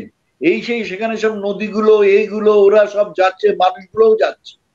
সেখানে আমচু আছে, আমচু একটা নদী, সেটা আমি জানলাম তোরসা নদী, সেই আমচু নদীও আছে। আবার এই মানুষগুলোর নেমন্তন্ন যারা এই চাষবাস করে, ওই সময় আবার ওই যে ওখানকার যে গ্রাম দেবী যে ওই ওই ওই চাষের ওই ওই যে তুলো, যে তুলো দিয়ে যে বয়ন হয় বস্ত্র, এবং সে এরেম্বু, ওই নামটা হচ্ছে যাই হোক, হ্যাঁ ওই গ্রাম দেবী আর কি, গ্রাম দেবী, যিনি ওই সমস্ত এই এই চাষবাসের যিনি মূল দেবী, যিনি যার আশীর্বাদ এটা হয়, সেই সময় তার পুজো ছিল। তার পুজোয় 3 দিন পুজো মেলা, তাতে সব মাতাল হয়ে ওরা ওই চমুল হরি কংগ্রেসে গেল না, গিয়ে ওখানে এমন প্রস্তাব নিয়ে নেওয়া হয়ে গেল যে কাপাস বন, তারপরে কাপাস বনে আগুন লাগলো। আমাদের এ তো একেবারে যেন এই যে উপকথার লিখেছেন, এই যেন আমাদের সমকালের কথা, এটা আমাদের বস্তি পুড়িয়ে বহুতল গড়ার কথা, যেন ভাড়াস করে গিয়ে মাথায় গিয়ে ধাক্কা মারলো। তা এটা অবশ্য সেই ব্রিটিশ আমল ইস্ট ইন্ডিয়া কোম্পানি সেখানে সেগুন গাছ বললো, আর কাপাস চাপানো আগুনে পুড়তে লাগলো। কে আগুন লাগালো, কি হলো, তার তদন্ত হলো কি হলো না, কিছু ঠিক হলো না। তারপরে সেখানে বললো আর কাপাস লাগানো চলবে না, এখানে হবে, সেগুন গাছ লাগাও। সেগুন গাছ লাগালে সেগুন গাছের তলায় আর কোনো চাষবাস হয় না, হলুদ আর আদার চাষ হয়, এবার কিছু চাষ হয় না। কিন্তু কাপাস বনের ওখানে অন্য চাষও হতো, এবং তাতে ওদের খাদ্যের সুবিধা হতো, খাদ্যশস্য চাষবাস হতো। তো এই যে গ্রামীণ যে অর্থনীতি, চাষবাস এবং কৃষি অর্থনীতি, এগুলো খুব গোপনে গোপনে উনি এখানে গুঁজে দিয়েছেন, গুঁজে দেননি, এগুলো গোপনে গোপনে স্বাভাবিকভাবে চালিয়ে দিয়েছেন, এমন ভাবে যে পড়তে পড়তে, আর আমি পড়েছি আবার পেছনের পাতায় ফিরে গিয়ে পড়ি, আসলে নামগুলো একটু একদমই অচেনা নাম, তো নামগুলোর জন্য আবার ঘুরে পেছনে পড়তে গেছি, পড়ে আবার এই নিজেকে বুঝে নিয়েছি ব্যাপারটা কি হলো। এবং এই প্রত্যেকটা জিনিসে কৃষ্ণপ্রিয় যেটা লিখেছেন, এবং এই লেখা কখনো মনে হয় উনি ঘরের ভিতর লিখেছেন, আসলে তা নয়, খুব পরিকল্পিত করে লেখা, এবং এমন পরিকল্পনা করে লিখেছেন ওই লোককাহিনীগুলোকে ব্যবহার করে, যার জন্য তাকে বাহবা তো দিতেই হয়। এবং এই ধরনের উপন্যাস যদি বাংলায় আসে, তাহলে বাংলা সাহিত্যেরই সমৃদ্ধি হবে। আমাদের নানান ধরনের লেখা তো একটা সাহিত্যকে সমৃদ্ধ করে, এই ধরনের লেখা সবাই লিখতে পারেন না। এবং এর ভেতরে একটা কৃষ্ণপ্রিয় যে কবিসত্তা এখানে কাজ করেছে। তিনি লামপাতি বুড়ো, অর্থাৎ সেই বট বৃক্ষের বলছে, লামপাতি বুড়োর তিনি বলছেন, লামপাতি বুড়ো ছায়ায় ছায়ায় পাতায় পাতায় ডালে ডালে রহস্যময় সব কোটরে কোটরে এখনো আছে আদি পাথরের গন্ধ। এও শোনা যায় কপিলাবস্তুর বুদ্ধদেব এই গন্ধ পেয়েছিলেন, সেই গন্ধ শুকে শুকে তিনি নাকি স্বপ্নে একবার দাদিং দঙে এসেও ছিলেন। এই যে স্বপ্নে চলে আসা, এই যে এই যে কবিত্ব, এই যে কল্পনা, এ অপূর্ব। আমার আমি এই মাঝে মাঝে এমন এরকম পংক্তি আছে যেগুলো এই উপন্যাস বলি, এই আখ্যান, এটা খুব ছোট, এই এর এর এর এই আখ্যানের মানে একটা অলংকারের মতো এর ভেতরে আছে, যেগুলো ঘুরে ঘুরে বারবার পড়তে হয় এবং দাগ দিয়ে দিয়ে পড়তে হয়, সেগুলো পরে আবার পড়লে ভালো লাগে। এমন এমন পংক্তি যদি লেখক লেখেন, যে পংক্তি উপন্যাসের সমস্ত কাহিনী বাদ দিয়েও সেই লাইনগুলো যদি পড়ে পড়ে আমার ভালো লাগে, তাহলে বুঝবো যে লেখক প্রকৃত মানে শিল্প এখানে এমন শিল্প তৈরি করেছেন যে অলংকারটা হার না বালা কিচ্ছু দরকার নেই, ওর ভিতরে কিভাবে আঁকা হয়েছে, কি বয়ন করা হয়েছে, কি করা হয়েছে, সেইটা আমি দেখছি বসে হাঁ করে। এটা ঠিক তাই, এই বইয়ের মধ্যে এরকম অনেক জায়গা আছে। ফলে সমস্ত মিলিয়ে বইটা আমার কাছে খুবই ভালো এবং অসম্ভব মনে হয়েছে এই বইটার। হ্যাঁ, তপদি যেটা বললেন সেটা আমি কালকে ওকে ফোনে বললাম যখন বইটা শেষ করলাম, যে আপনি এখানে থামবেন না, আপনার কাছে মনে হয় এই যে এই পাহাড় এই নদীগুলি, এই হলং নদীর জন্ম, হলংয়ের নারায়ণী, টাকা, এই সমস্ত মিলিয়ে উনি অদ্ভুত সব নিজের মতো করে তৈরি করে দিয়েছেন, ইচ্ছে মতো তৈরি করেছেন। একজন শিল্পী ইচ্ছে মতো রং দেন, উনি সেই রকমই যেন তৈরি করেছেন। এই এই এই যে আপনি এতটা জানেন, এতটা আপনার ভেতরে ঢুকে আছে, এই পাহাড়, নদী আর অরণ্য, এর কথা আপনি আবার লিখুন, এবং এই কাহিনীরই হয়তো আর একটা পর্ব তৈরি হতে পারে। সেটা কিভাবে তৈরি হবে সেটা কৃষ্ণপ্রিয় জানেন, কারণ এই লেখাটির মূল উপাদান হলো তিনি ওই যে পবিত্র বাবু বলছিলেন যে, এবং আমরা এটাও জানি যে কৃষ্ণপ্রিয় ফেসবুকেও দেখেছি ও আজকে এই টোটো পাড়ায় যাচ্ছে, কাল ওই টোটো পাড়ায় যাচ্ছে ইত্যাদিতে, এবং টোটো পাড়ায় গিয়ে তাদের যে টোটো বুড়োর কাছ থেকে শোনা, গাঁও বুড়োর কাছ থেকে শোনা যে সমস্ত গল্প, সৃষ্টিতত্ত্বের গল্প, পুরাণের গল্প, নদীর জন্ম, পাহাড়ের জন্মের গল্প, যেগুলো উনি শুনেছেন, যেগুলো এখনো আছে, সেই সব নিয়ে আরো লিখুন। এগুলো আমাদের সম্পদ হয়ে থাকবে। এবং আমি ব্যক্তিগতভাবে এই বইটা পড়ে আমার অনেকদিন বাদে এমন একটা বই, আমাদের যে বাংলা উপন্যাস পড়লাম, যে উপন্যাসটা পড়ে আমার সত্যিকারের একটু আমি উদ্দীপ্ত হওয়ার মতো লেখা। এবং আমার পড়ে পবিত্র দা বলছিলেন বিনোদন হলো না, আমার কিন্তু এটাতেই বিনোদন হলো। আমি একটু ওনার সঙ্গে এখানে বিরোধিতাই করছি, এটাই আমার বিনোদন হলো। একটু একটু গভীর ভাবে পড়েছি, পড়ে এমন এমন পংক্তি আমি পেয়েছি যেটাই আমার বিনোদন হয়েছে। এবং এটাই হলো মনে হয় আমার কাছে বিনোদন। আমার চমৎকার লেগেছে বইটা, উপন্যাসটা, এবং এই বইটা সংগ্রহ করে রেখে দেওয়ার মতো। মাঝে মাঝে এই বইটা আমি পড়বো, এর বিভিন্ন পংক্তিগুলো পড়বো, সব আন্ডারলাইন করে করে করে রেখে দিচ্ছি, সেগুলো পড়বো। কৃষ্ণপ্রিয় আবার লিখুন। আর কি বলবো, আমি তো আর তপোধীর ভট্টাচার্য নন বা পবিত্র সরকার নই, ফলে আমার এটা অন্য ব্যাখ্যা করা ভাষা বিজ্ঞানী এবং তপোধীরের মতো, এই দুজনেই দুই পর্বতের মতো মানুষ আমাদের, এরা দুজন, তপোধীর এবং পবিত্রবাবু। ফলে ওরা যেভাবে বলবেন, যেভাবে ব্যাখ্যা করবেন, আমার পক্ষে সেভাবে, আমি তো সমালোচক নই, সেভাবে ব্যাখ্যা করার ক্ষমতা আমার নেই। কিন্তু আমি আমার ব্যক্তিগতভাবে যেটা মনে হয়েছে, যেটা আমি অনুভব করেছি বইটা নিয়ে, সেই কথাগুলো আমি বললাম। কৃষ্ণপ্রিয়, আবার এর পরের পর্ব আপনি লিখুন। হ্যাঁ, আমার অমরদার কাছে একটি ছোট্ট জিজ্ঞাসা রয়েছে, সেটা হলো যে আপনি খুব কাছ থেকে দেবেশ রায়কে দেখেছেন, তার সান্নিধ্য পেয়েছেন, কোথাও কি দেবেশ রায় এবং অমিয় ভূষণ এর একটি উত্তরসূরি রূপে কি আমরা কৃষ্ণপ্রিয় ভট্টাচার্যকে পেতে পারি?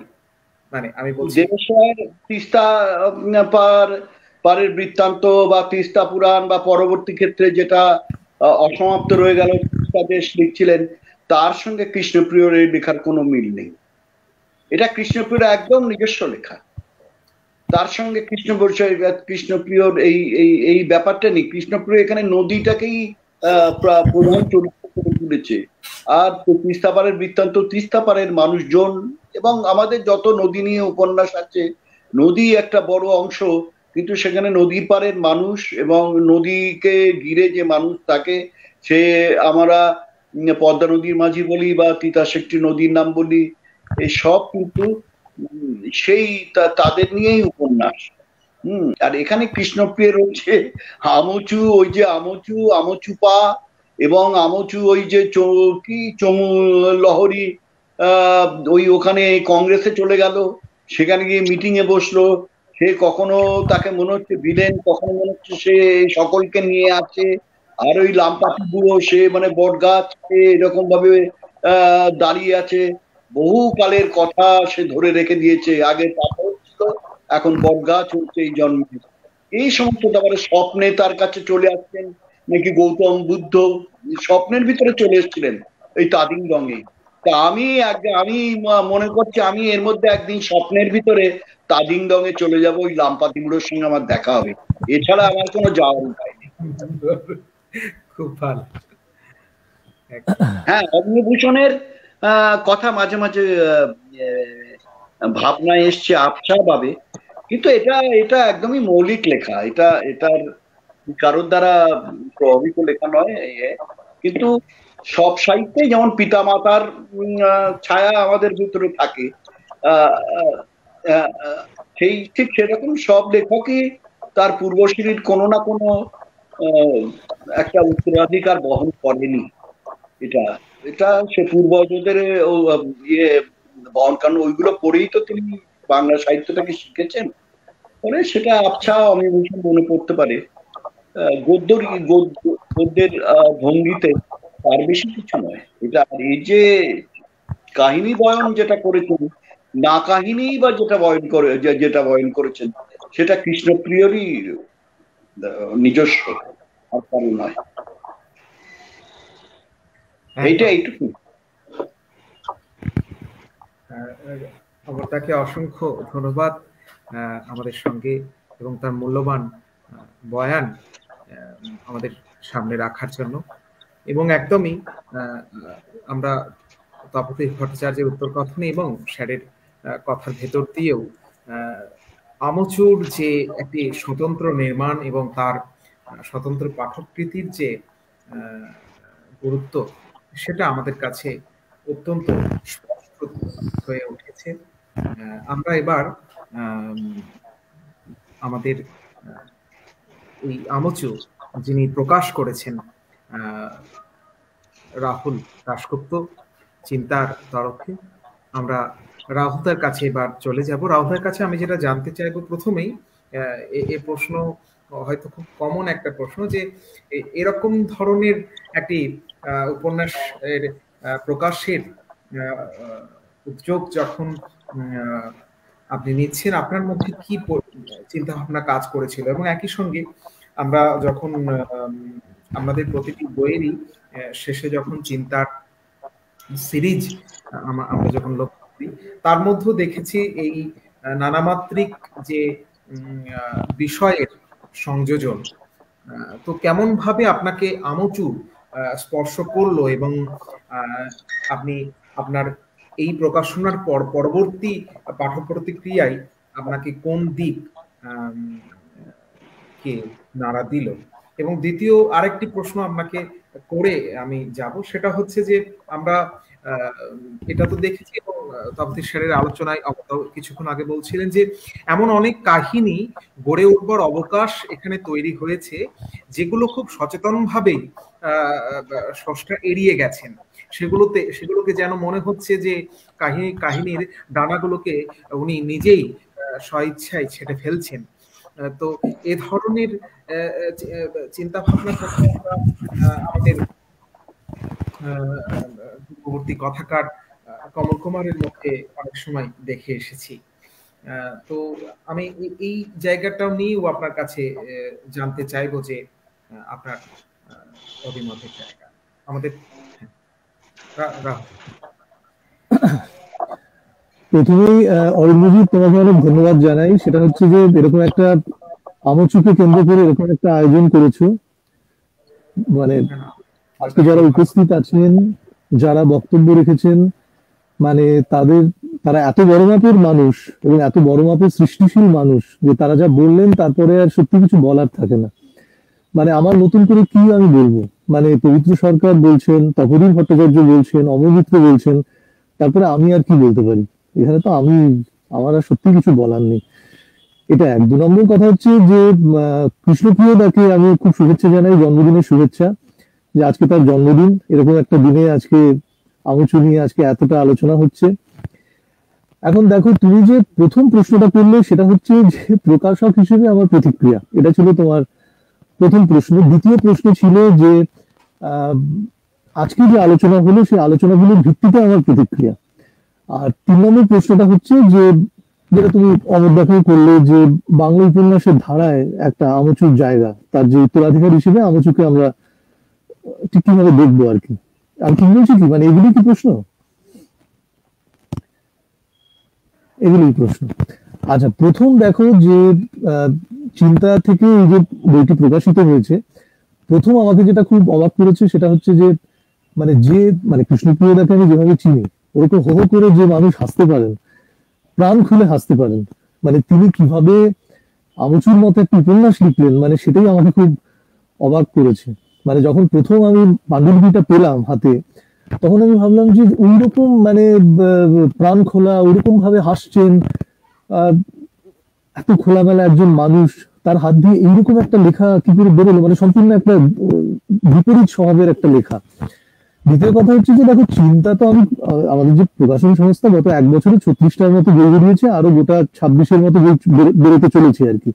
এবং এটা হচ্ছে মূলত মেধা চর্চার জায়গা, এবং যে লেখার মধ্যে মেধার ছাপ রয়েছে, মৌলিক চিন্তা ভাবনা রয়েছে, সেই লেখাগুলোকে আমরা মূলত চেষ্টা করেছি সেই ধরনের লেখাকে প্রকাশ করতে। ফলে আমচু খুব উল্লেখযোগ্য একটা সংযোজন সেই ধারায়। ফলে প্রকাশক হিসেবে আজকে আমার তো কিছু বলার নেই, মানে যা শুনলাম, মানে যে উচ্চতায় মানে আমচু উপন্যাস হিসেবে তার যে গ্রহণযোগ্যতা আজকে তৈরি হলো প্রকাশ্যে, যেভাবে আজকে বললেন তিনজন দিকপাল মানুষ আর কি, তারপরে এই উপন্যাসের উৎকর্ষতা নিয়ে আমার আর বলার কিছু নেই। এটা একটা খুবই বোঝাই যাচ্ছে যে বাংলা ভাষা একটা খুবই গুরুত্বপূর্ণ কাজ, এবং আমার লেখাটা পড়ে মনে হয়েছিল, আমার নিজেরও পড়ে মনে হয়েছিল এটা একটা রিমার্কেবল লেখা। এবার দ্বিতীয় যে প্রশ্ন সেটা হচ্ছে যে মানে তুমি জিজ্ঞেস করছিলে যে আজকের যে আলোচনা তাতে আমার যে প্রতিক্রিয়া, সেখানেও আমি বলবো যে ধরো আমার আগে অমরদা বললেন, এবং অমরদার সাথে আমি প্রতিটা বিষয়ই একমত। মানে আমি ঠিক এই কথাগুলোই বলবো ভাবছিলাম আর কি। যে প্রথম কথা, ধরো অমরদা যেটা বললেন যে এটা একটা এমন একটা লেখা যার মধ্যে কিন্তু অজস্র কাহিনী রয়েছে, একটা মূল কাহিনী রয়েছে, সেই মূল কাহিনীর মধ্যে কিন্তু ছোট ছোট অনেক কাহিনী রয়েছে, এবং সেই ছোট ছোট কাহিনীগুলো মিলে মূল কাহিনীটাকে তৈরি করছে, এবং মূল কাহিনীর একটা তীব্র একটা গতি, তীব্র একটা স্রোত তৈরি হচ্ছে মূল কাহিনীতে। তো একদম একমত। মানে এটা কিন্তু ঘটনা, মানে আমচুর প্রধান আকর্ষণ কিন্তু এর গল্প, প্রথম থেকে শেষ অব্দি এর গল্প। মানে তথাকথিত গতানুগতিক স্টোরি টেলার নন কৃষ্ণপ্রিয়দা, মানে অন্যরা যেভাবে গল্প বলেন তিনি সেইভাবে গল্প বলছেন না। তিনি কিন্তু একটা গল্পের টান রয়েছে, আগাগোড়া প্রথম থেকে শেষ পর্যন্ত লেখাটার মধ্যে একটা গল্পের টান রয়েছে, এবং অজস্র একটা নদী, পাহাড়ি নদী যেভাবে চলে বয়ে যায় আর কি, যে ছোট ছোট স্রোত তৈরি করতে করতে একটা নদীর প্রবাহ অব্যাহত থাকে, সেরকম এখানে অনেক ছোট ছোট টুইস্ট আছে, ছোট ছোট ঘূর্ণি তৈরি হচ্ছে, স্রোত তৈরি হচ্ছে, তার ফলে একটা সামগ্রিকভাবে আখ্যানটা এগিয়ে যাচ্ছে। এটা হচ্ছে এক। দ্বিতীয়ত যেটা অমরদা বললেন সেটা আমি পুরোপুরি একমত, সেটা হচ্ছে যে কবিতার উপন্যাসটার আরেকটা মূল জায়গা হচ্ছে এর ভাষা, এবং রিমার্কেবল ভাষা, এবং ভাষাটা নিশ্চয়ই কোথাও কোথাও কবিতা হয়ে উঠেছে। ভাষার মধ্যে একজন কবি লিখছেন, মানে খুব পোয়েটিক, খুব লিরিক্যাল ল্যাঙ্গুয়েজ, মানে একটা আখ্যানের মধ্যে, গদ্যের মধ্যে যে এত লিরিক থাকতে পারে, এত পোয়েট্রি থাকতে পারে, সেটাই লেখাটা পড়লে বোঝা যায়। সে ব্যাপারেও একদম পুরোপুরি আমি একমত। আচ্ছা, এবং আর যে মানে কথাগুলো মানে অমরদা যে কথাগুলো বললেন, আমি এত মানে স্পেল বাউন্ড হয়ে শুনছিলাম অমরদার আলোচনা। মানে সত্যি কথা বলতে প্রায় সবকটা দিক ধরেছেন আমচুর, মানে এর পরে আর আমচুর নিয়ে কিছু সত্যি বলার নেই। মানে আমি যখন প্রথম পড়লাম তখন ওই যে ধরো প্রথম যেটা মানে ইনফ্যাক্ট আমার পিএইচডি থিসিসে একটা বড় জায়গা ছিল অমরদার লেখা, অমরদার উপন্যাস। তো সেখানে কিন্তু একটা বড় দিক ছিল যে অমরদার লেখার প্রতি আমার যে একটা আকর্ষণের কারণ, সেটা হচ্ছে যে সেই লেখা পড়ে আমি আমার দেশকে যেন আবিষ্কার করছিলাম, আমার দেশের মানুষকে আবিষ্কার করছিলাম। যে অমরদার লেখা পড়ে আমি বুঝতে পারছিলাম যে এই হচ্ছে ভারতবর্ষ, এই হচ্ছে ভারতবর্ষের মানুষ, তারা এইভাবে বেঁচে থাকে, তারা এইভাবে কথা বলে, তারা এইভাবে জীবনযাপন করে। কৃষ্ণপ্রিয়দার লেখাটাও কিন্তু তাই, মানে ভারতবর্ষকে আবিষ্কার করার কাহিনী। মানে এই লেখাটা পড়লে কিন্তু আমি আমার দেশকে জানতে পারি, আমার রুটকে জানতে পারি। মানে এমন একটা নলেজ আমি পাই, এমন একটা এত ইনফরমেশন, এত জ্ঞান, মানে এত নলেজ এবং ইনফরমেশন এই লেখাটার মধ্যে থেকে আমরা পাচ্ছি, যে সেটা কিন্তু আমার সত্যি, যেটা বারবার আমাদের বলছিলেন, যে আমার কিন্তু সত্যি সেটা আমিও জানতাম না। মানে কেউ, মানে আমি তো জানতামই না, সারা জীবন কলকাতা শহরে বড় হয়েছি, ফলে এটা একটা সম্পূর্ণ একটা অনাবিষ্কৃত জগৎ আমার সামনে উঠে এসছে, সম্পূর্ণ একটা অনাবিষ্কৃত ভারতবর্ষ আমার সামনে উঠে এসছে। এটা হচ্ছে বিষয়ের দিক থেকে আমি বলতে পারি, মানে এটা হচ্ছে আমাদের শেকড়ে ফেরার একটা আখ্যান, আমার নিজের দেশকে চেনার, দেশের মানুষকে চেনার একটা আখ্যান হচ্ছে এই আখ্যান। এক নম্বর এটা হচ্ছে ব্যাপার। দ্বিতীয় কথা যেটা আমার মনে হয় সেটা হচ্ছে মানে এই আখ্যানের মধ্যে কিন্তু অনেক কিছু রয়েছে, সেগুলো আমি বলছি। দ্বিতীয় কথা হচ্ছে যে আখ্যানের একটা খুব ইম্পর্টেন্ট জায়গা হচ্ছে সময়। অনেকটা সময়কে খুব অল্প একটু জায়গার মধ্যে কম্প্রেস করে রাখা হয়েছে। মানে প্রায় আমি বলবো যে হাজার বছরের ইতিহাস, হাজার বছরের মিথ, সেটা খুব ছোট্ট একটু জায়গার মধ্যে কম্প্রেসড হয়ে এই লেখাটার মধ্যে এসছে। তো এবার ফলে সময় এটার একটা খুব ইম্পর্টেন্ট ব্যাপার। দ্বিতীয় কথা হচ্ছে যে লেখাটার মধ্যে বারবার যেন একটা ইতিহাস এবং মিথের মধ্যে একটা মিথস্ক্রিয়া চলেছে। কখনো আমরা ইতিহাসকে স্পর্শ করছি, কখনো আমরা মিথকে স্পর্শ করছি। ফলে ইতিহাস আর মিথের মধ্যে যেন একটা সংলাপ চলছে পুরো লেখাটা আগাগোড়া প্রথম থেকে শেষ অব্দি। তৃতীয় কথা যেটা, সেটা হচ্ছে যে এই লেখাটার মধ্যে দেখো যে কিন্তু একজন অদৃশ্য ন্যারেটর রয়েছে, একজন ইনভিজিবল ন্যারেটর। এই ইনভিজিবল ন্যারেটর তিনি কিন্তু মূল গল্পটার সাথে বারবার একটা ডায়ালগে যাচ্ছেন। মানে তিনি গল্পটা কখনো বলছেন, কখনো বিবৃত করছেন, কখনো তার মতামত দিচ্ছেন, কখনো নোট দিচ্ছেন, কখনো ব্যাখ্যা করছেন, কখনো নতুন কোনো তথ্য যোগ করছেন। অনেকটা মানে সে একজন দর্শক, সে একজন শ্রোতা, সে একজন পাঠক, সে একজন ব্যাখ্যাকার।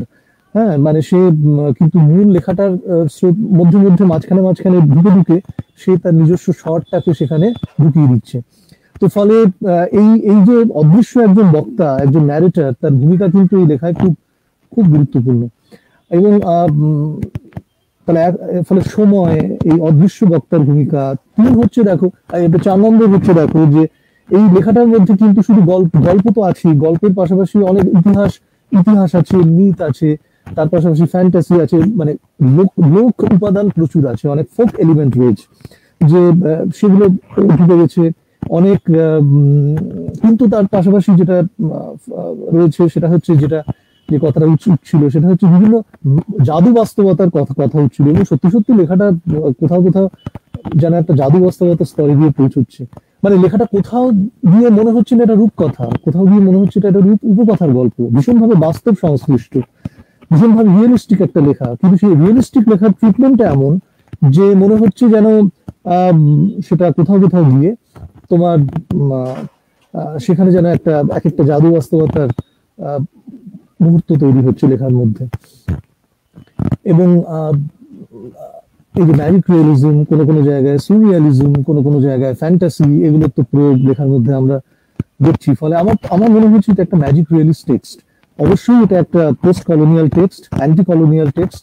তার কারণ হচ্ছে যে ঔপনিবেশিক যে টেক্সট, সেই ঔপনিবেশিক টেক্সটের বৈশিষ্ট্যগুলো থেকে এখানে বেরিয়ে এসছেন পুরোপুরি।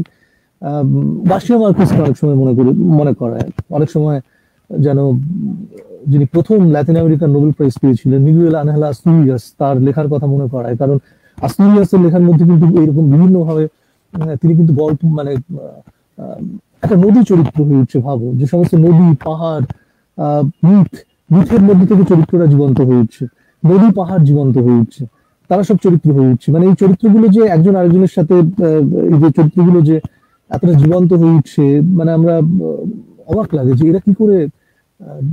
যে আস্তুরিয়াসের লেখার মধ্যে খুব বৈশিষ্ট্য ছিল যে তিনি কিংবদন্তি এবং বাস্তবকে অসম্ভব মিশিয়ে দিতে পারতেন, এবং কিংবদন্তি চরিত্রদের সাথে বাস্তবের চরিত্ররা ইন্টারাকশনে যাচ্ছে এবং বারবার সেই ইন্টারাকশনের মধ্য দিয়ে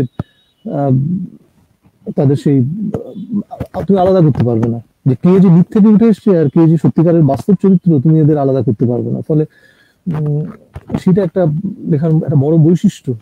কোথায় যে রিয়েলিটিকে টাচ করছেন, কোথায় যে সুরিয়ালিট একটা ইয়েকে টাচ করছেন, কোথায় যে একটা ম্যাজিক রিয়েলিটিকে টাচ করছেন। মানে অনেক স্তরে লেখাটা, অনেক কিছু রয়েছে লেখাটার মধ্যে।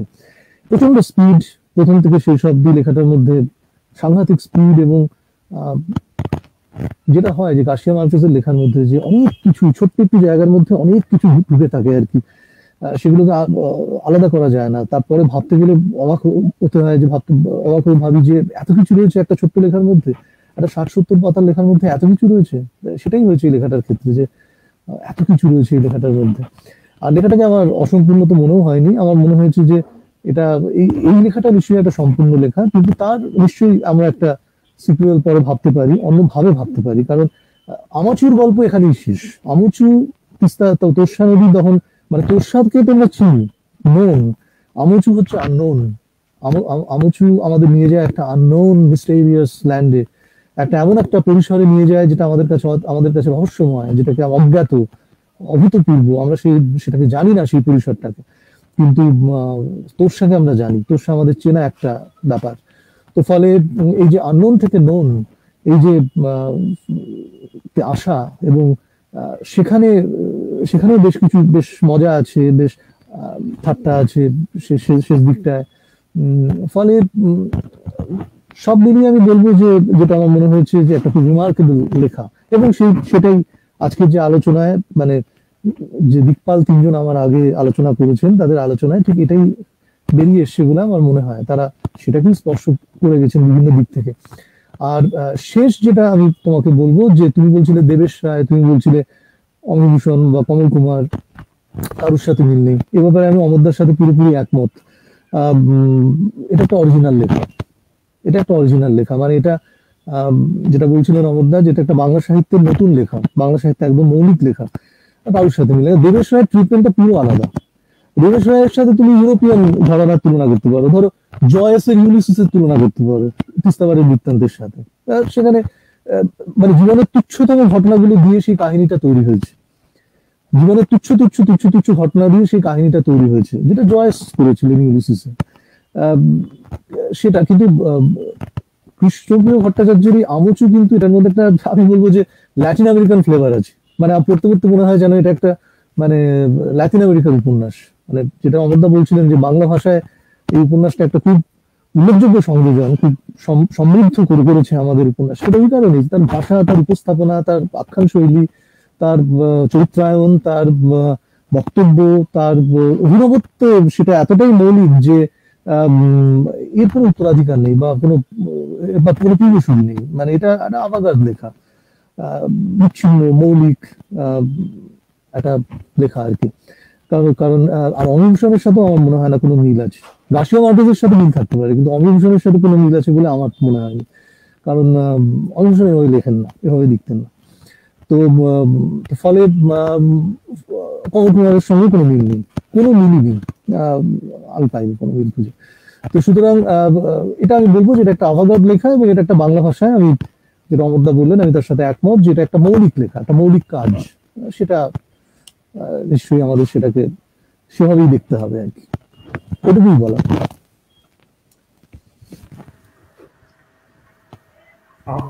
আমরা অনেক অনেক ধন্যবাদ জানাই রাহুল দাশগুপ্ত, এবং আমরা চিন্তা প্রকাশনীর যে ব্যতিক্রমী প্রয়াস, তার প্রতিও আমাদের অনেক অনেক অভিনন্দন এবং শুভেচ্ছা রইল। আমরা এবার আমাদের আজকের আলোচনার শেষ বক্তা স্বপনদা যদি একটু আনমিউট করেন তাহলে আমরা একটু শুনতে পাই। হ্যাঁ হ্যাঁ, একটু নেটওয়ার্কের সমস্যা রয়েছে স্বপনদার ওখানে। স্বপনদা সম্পর্কে তো আমাদের যে কথা না বললেই নয়, সেটা হলো স্বপনদা প্রথম পাঠক সেই হিসাবে যখন আমচু মল্লার পত্রিকায় বেরিয়েছিল, সে সময় স্বপনদা সেটি পড়ে তার প্রতিক্রিয়া জানান, এবং পরবর্তীকালে যখন আমচু গড়ে উঠছে তখন কৃষ্ণপ্রদা যেমন আমাকে মাঝে মাঝে জানাতেন সে খবর, ঠিক তেমনি স্বপনদাও কিন্তু সেই পাণ্ডুলিপি যখন তৈরি হচ্ছে তখন তার নিয়মিত পাঠক কিন্তু স্বপনদা ছিলেন। আমরা স্বপনদার কাছে সেই বিষয়গুলো নিয়ে একটু শুনে নেব। স্বপনদা, বলছি শোনা যাচ্ছে? আমি নেটওয়ার্ক, হ্যাঁ শোনা যাচ্ছে, স্পষ্ট শোনা যাচ্ছে, বলুন। আচ্ছা আচ্ছা, আমি বস্তুত এই আলোচনা সভায় আছি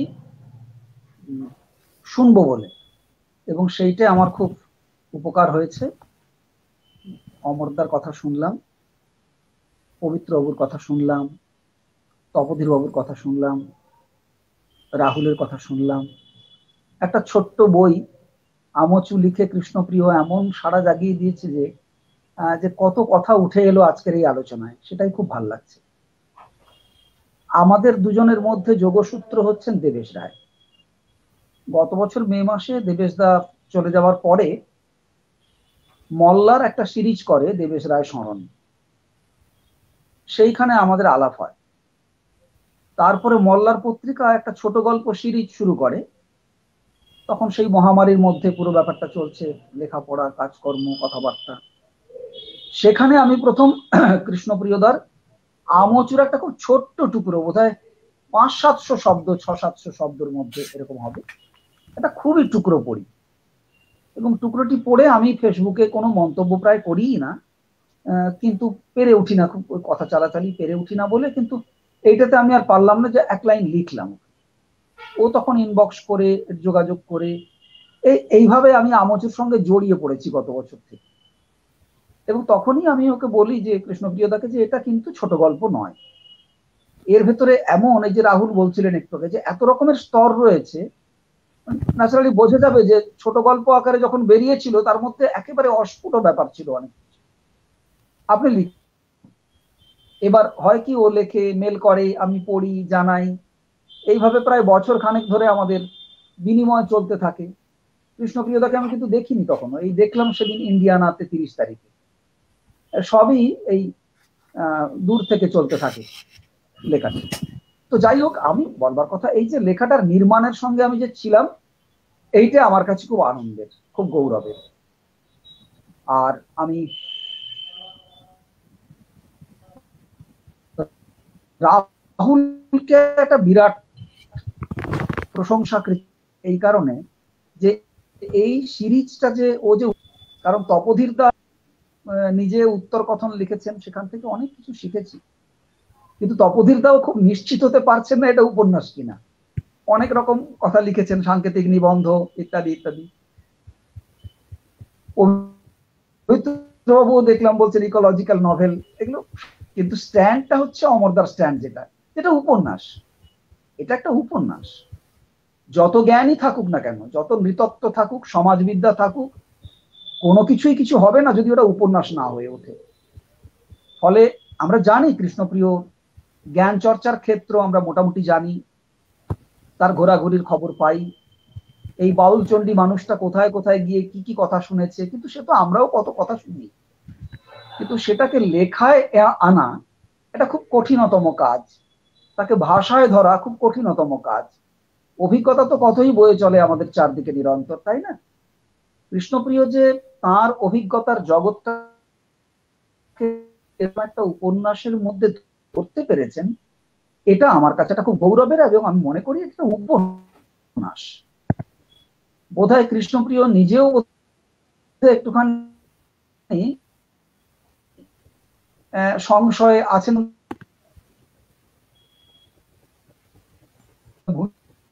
ভূমিকাটা দেখছিলাম, সেখানেও বলছেন এটা কি উপন্যাস, আচ্ছা, তারপর আবার বইয়ের পরিচিতি আছে নভেলের, তারপর বলছেন এটা টেক্সট বা পাঠকৃতি, একটা মায়াবী ঐশ্বর্য আছে, সেটা উপন্যাস ছাড়া কি?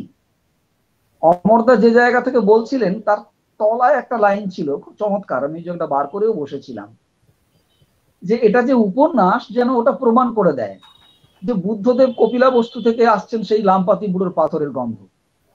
তারপর আবার আছে দেখবে যে আলেহো কার্পেন্টিয়ারের পূর্বপুরুষ লাতিন আমেরিকান লোকজন আসছে। ফলে উপন্যাসে এই যে অদ্ভুত কাণ্ড ঘটানো, এইটা কখনো সাংকেতিক নিবন্ধ বা কোনো ইকোলজিক্যাল নভেল লিখবো পরিকল্পনা করে তার মধ্যে ঢোকানো যায় না। এটা একটা খুব কবি এবং উপন্যাসিকের নিজেদের ভেতরের একটা রসায়ন কাজ করে এখানে। ফলে অসামান্য এই লেখা, অমরদা এত বিস্তারিত আলোচনা করেছেন যে আমার উপন্যাস নিয়ে কিছু বলবার নেই। আমার শুধু সমর্থন যে এটি উপন্যাস, এটি বাংলার পাঠক অবশ্যই পড়বেন, কিন্তু বাংলার পাঠককে তো আমরা জানি যে বেশদা যেমন বলেছিলেন যে নালায়েক পাঠক, ফলে বেশি হয়তো মনোরঞ্জক হয়ে উঠবে না, তপোধীরদা যেমন বলেছেন উত্তর কথনে। কিন্তু এই তো অমরদা তো বললেন যে তার বিনোদন হলো, আমার বিনোদন হলো, এই তো রাহুলের বিনোদন হলো, পবিত্রতার মতো পাঠক পড়লেন। ফলে আমি বলবো আর কি চাই, এরকম পাঠকরা আছেন, অনেক আছেন। আমি কৃষ্ণপ্রিয়কে জন্মদিনের শুভেচ্ছা জানাই, আর রাহুলকে অভিনন্দন এই উপন্যাসটি প্রকাশ করবার জন্য অবশ্যই। আর তপোধীরদা, পবিত্র স্যার, অমরদা, এদের আর কি বলবার আছে, এরা যে কোনো টেক্সট বা যে কোনো কি যেন বলে পাঠককৃতি ধরলেই তার ভেতরের অনেকটা দেখতে পান, সেই দেখাটা আমাদের দেখা হয়ে গেছে। ফলে অসামান্য একটা উপন্যাস আমি মনে করি। এবং একটা কথা শুধু এই উপন্যাস সম্বন্ধে আমি একটু বলবো, যেটা দেখেছি, যে সেটা হচ্ছে এই উপন্যাসটা কোনো, যাকে বলে কোনো জ্বর, কোনো জায়গায় এটাকে রাখা ঠিক হবে না। আর এটা না বইও নয়, এটা না উপন্যাসও নয়, এটা উপন্যাস। এবং এই উপন্যাসের একটা মনে হয় যে প্রধান ব্যাপার, যেটা কৃষ্ণপ্রিয় পাহাড়ে, জঙ্গলে, উপত্যকায় মানুষের সঙ্গে মিশতে মিশতে, উপকথা শুনতে শুনতে অনুভব করেছেন, সেটা হচ্ছে, দেখবেন উপন্যাসের শেষেও আছে যে আমচু যেন প্রতিশোধ নিতে চায় সেপিয়ানদের বিরুদ্ধে। কারণ সেপিয়ানরা, আমরা মানুষেরাই নানা সময় নদীর গতিপথ পাল্টে দিতে চেষ্টা করেছি, ব্যারেজ তৈরি করেছি, তাকে, তার গতিপথ পাল্টে দিয়ে তাকে কোনো কোনো জায়গায় একদম মৃতপ্রায় করে তুলেছি, তখন সে অন্তঃসলীলা হয়ে গেছে। ফলে লক্ষ লক্ষ বছর ধরে নদীও কিন্তু তার মতো করে কৌশল করে, নদীগুরু আমচুর মতো, সে কিন্তু এই সভ্যতাকে একদিকে বাঁচিয়েও রাখছে। আবার যারা এই নদী সভ্যতাকে, হলং দেবতাকে, লাম্পাতি বুড়োকে নিশ্চিহ্ন করে দিতে চায় কূটকৌশলে, তাদের কিন্তু আমচু ক্ষমা করছে না, ধ্বংস করে দিচ্ছে। ফলে এরকম একটা কিন্তু বিধ্বংসী আখ্যান এই উপন্যাস। অনেক অনেক অভিনন্দন, সবাইকে নমস্কার। চমৎকার লাগলো উপন্যাসটা, খুব ভালো, ভালো থাকবেন। স্বপনদা চমৎকার বললেন আপনি, খুব সংক্ষিপ্ত হলেও হ্যাঁ সবগুলো পয়েন্টই আপনি ছুঁয়ে গেলেন। তো আমরা এরপর তো কৃষ্ণপ্রিয়দার কাছে আমাদের যেতে হবে। তিনি তো অতক্ষণ না হাত নাড়লে চলবে না, তিনি সবার বক্তব্য শুনেছেন। এখানে অমরদা আছেন, রাহুলদা আছেন, স্বপনদা আছেন। আপনার তো কৃষ্ণপ্রিয়দার প্রতিক্রিয়া তো আমাদের নিতে হবে। আমার শুধু কৃষ্ণপ্রিয়দার ওই কার্পাসখালীর একটি কবিতা মনে পড়ে যাচ্ছে। সেখানে কবিতাটার একটা স্তবক আমি পড়ছি। অবগাহনের প্রাক্কালে এই যে গহন জন্মকাল, ইহকাল পরকাল, বিখ্যাতিত ঘুড্ডির উড়ান, সে কি সব ঘরে ঘরে বরফ ও বালক বালিকারা এখনো জাগ্রত বলে? ব্যাধের অক্ষরে বোনা আদি কাটাতারে কাটাতারে এত যে মাংসের ঘুম, জ্যোৎস্নার নির্মমতা, সে কি সব পাখিরা রাষ্ট্র চাই বলে? ভাষার অন্তর্ঘাত মহান। আমি অধিবেশনের শুরুতে এই কবিতাটার কথা উল্লেখ করেছিলাম এবং আবার এই কবিতায় ফিরে যাচ্ছি। তার কারণ কৃষ্ণপ্রিয়দার আমচু নির্মাণ এবং তার পরপর দুটি কাব্যগ্রন্থ যখন একই সঙ্গে প্রকাশ পাচ্ছে, একটি হলো শিলটংয়ের ঠুংরির রাত এবং কার্পাসখালী। কবিতার বয়ানে আমরা বিভিন্ন সময় আমচুর যে প্রেক্ষাপট কিভাবে তৈরি হয়ে উঠছে তার একটা আভাস কোথাও পায়। এবং একই সঙ্গে যেটা স্বপনদা বললেন এবং রাহুলদাও আলোচনা করলেন, অমরদা কথা প্রসঙ্গে বললেন, সেটা হলো একদমই একটি আলাদা পাঠকৃতি কোথাও দাবি আমচু স্বয়ং তৈরি করে ফেলছে তার বয়ানে। এবং এই যে নানামাত্রিক অভিযোজনের যে প্রক্রিয়া আমরা আমচুর নির্মাণের মধ্যেও দেখতে পাচ্ছি, এমন অনেক কাহিনী যার বিস্তার এখানে রয়েছে। একজন প্রশ্ন করেছেন, আমি একটু ইয়ে করছি, তাকে তার কমেন্টে রাখছি। রঞ্জিত বাবু জানাচ্ছেন যে কাউকে বলতে শুনলাম জাদু বাস্তবতা, কেউ ফ্যান্টাসির কথা বললেন। নৃতাত্ত্বিক বাস্তবতার প্রসঙ্গ কথাশিল্পীর সংযোগ প্রায় অনালোকিত। না, রঞ্জিত বাবু আপনি সম্ভবত একটু শেষে এসেছেন। তপোধীর স্যার কিন্তু তার আলোচনার মধ্যে বারে বারে এই নৃতাত্ত্বিক বাস্তবতার কথা বলেছেন। পবিত্র সরকার স্যারও কিন্তু আমার তার আলোচনার ভেতরে এ প্রসঙ্গের কথা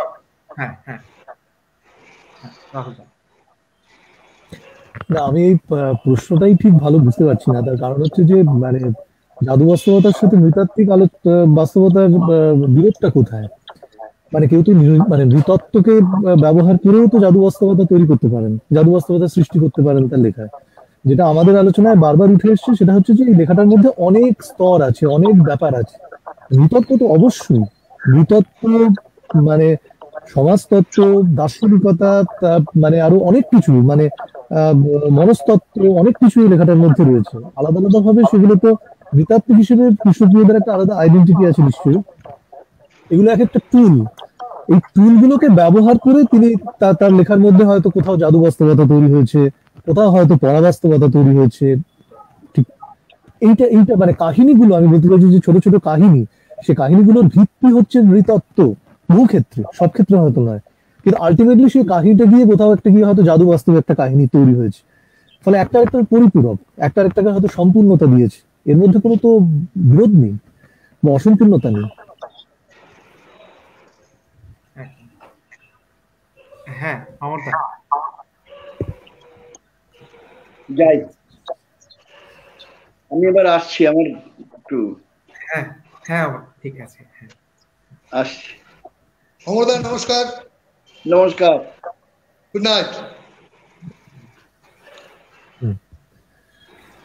হ্যাঁ, তো কৃষ্ণপ্রিয়দার কাছে তো আমরা এবার যেতেই হবে, কারণ আজকে তোমার আমচুর উদ্বোধন শুধু নয়, প্রকাশ অনুষ্ঠান শুধু নয়, আজকে তোমার জন্মদিনও। এবং বহু মানুষ আমি এখানে দেখতে পাচ্ছি যে অজস্র কমেন্ট এসছে তোমার জন্মদিনের, তারা শুভেচ্ছা পাঠিয়েছেন। এবং অনেকে বইটির প্রকাশ জানতে চেয়েছেন, আমি কমেন্টে লিখেও দিয়েছি, ঠিকানা জানতে চেয়েছেন। একজন রাহুলদার ফোন নাম্বারও চেয়েছেন। আমি জানি রাহুলদা তো ফেসবুক করেন, ওনার ফেসবুকে আপনারা যোগাযোগ করতে পারেন, এবং চিন্তারও ফেসবুক পেজ রয়েছে, চিন্তার ফেসবুক পেজে সরাসরি যোগাযোগ করবেন। এবং একই সঙ্গে আমার মনে হয় কেন, চিন্তার তো নিজস্ব ওয়েবসাইটও রয়েছে, সেখান থেকে তো সরাসরি, তাই তো রাহুলদা? হ্যাঁ নিশ্চয়ই, অনলাইন কেনাকাটার সুবিধাও রয়েছে তাদের ওয়েবসাইটে। এবং গীতানিকা বলে আমাদের আরেকটা আছে, ওখান থেকেও তো যে কোনো সময় পেতে পারবেন, গীতানিকা.com বলে, যারা মানে চিন্তার নিজস্ব ওয়েবসাইট ছাড়া যারা চিন্তার মূল ডিস্ট্রিবিউটর আর কি। আচ্ছা আচ্ছা, ঠিক। কৃষ্ণপ্রিয়দা, তুমি তো প্রথম থেকে পবিত্র সরকার, তপতি ভট্টাচার্য, রাহুলদা, স্বপনদা এবং অমরদার কথা শুনলে, তো এরপর তো তোমার একটা যাই হোক একটা তো কিছু বলতে হবে, তো আমরা তোমার কথা দিয়েই তারপরে আমরা আজকের মতো অনুষ্ঠান মোটামুটি ভাবে শেষ করবো আর কি। আচ্ছা, আমি আমি আমি ভেবেছিলাম যে আমি একটু চুপই থাকি না, আমি তো একটু কথা বলি বেশি, আজকে না একটু চুপই থাকি, কি হলো? কিন্তু যাই হোক, আমরা যেটা শুনতে পারি সেটা হচ্ছে যে তোমার কয়েকটা কবিতা আমরা যদি আজকে শুনি, কারণ এটা বারবারই না, এটা এখন অলরেডি 8টা বাজে, অনেকক্ষণ আছে সবাই। কবিতার মধ্যে আজকে আর আমি চাইছি না। আমি একটু ছোট্ট করে কনক্লুড করি। আমি খুব আমি সবার কাছে কৃতজ্ঞ, এবং সবচেয়ে বেশি কৃতজ্ঞ ডক্টর রাহুল দাশগুপ্তর কাছে, চিন্তা প্রকাশনার কাছে, যারা কলকাতার এই একটি খুব স্বনামধন্য একটি প্রকাশন, তারা এই উত্তরবঙ্গের এই অখ্যাত, আমার মতো একজন অখ্যাত লেখকের এই লেখাটি বই আকারে ছেপেছেন। এটা উপন্যাস আর যাই হোক, সেসবে আমি যাচ্ছি না। বাংলা উপন্যাস কি হবে, বাংলা উপন্যাস বঙ্কিম থেকে শুরু করে আজ অব্দি বাংলা উপন্যাসের যে রৈখিকরণ, সেইটাই এখনো নট ইয়েট ওয়েল ডিফাইন্ড। আশা করি আমি বলি পণ্ডিত রাহুল দাশগুপ্ত এ ব্যাপারে একমত হবে। বাংলা উপন্যাসের যে রৈখিকরণ, সেইটা এখনো পর্যন্ত নট প্রপারলি ওয়েল ডিফাইন্ড। এটা নিয়ে চলছে তর্ক, এটা নিয়ে চলছে আলোচনা। তো সেটা যতটা চলে তত ভালো। এই তর্ক, কোন উপন্যাস কি হবে, উপন্যাস কি না হবে, এসব নিয়ে তর্ক, উপন্যাস কোন ফরম্যাটে হবে, ইউরোপ থেকে যে নভেলেট আইডিয়া এসছে বঙ্কিমবাবু নিয়ে এসছেন বাংলা ভাষায়, তারপর যে আস্তে আস্তে তার ভাঙচুর এগুলো যে এখনো চলছে, সেটা কিন্তু অত্যন্ত সত্য।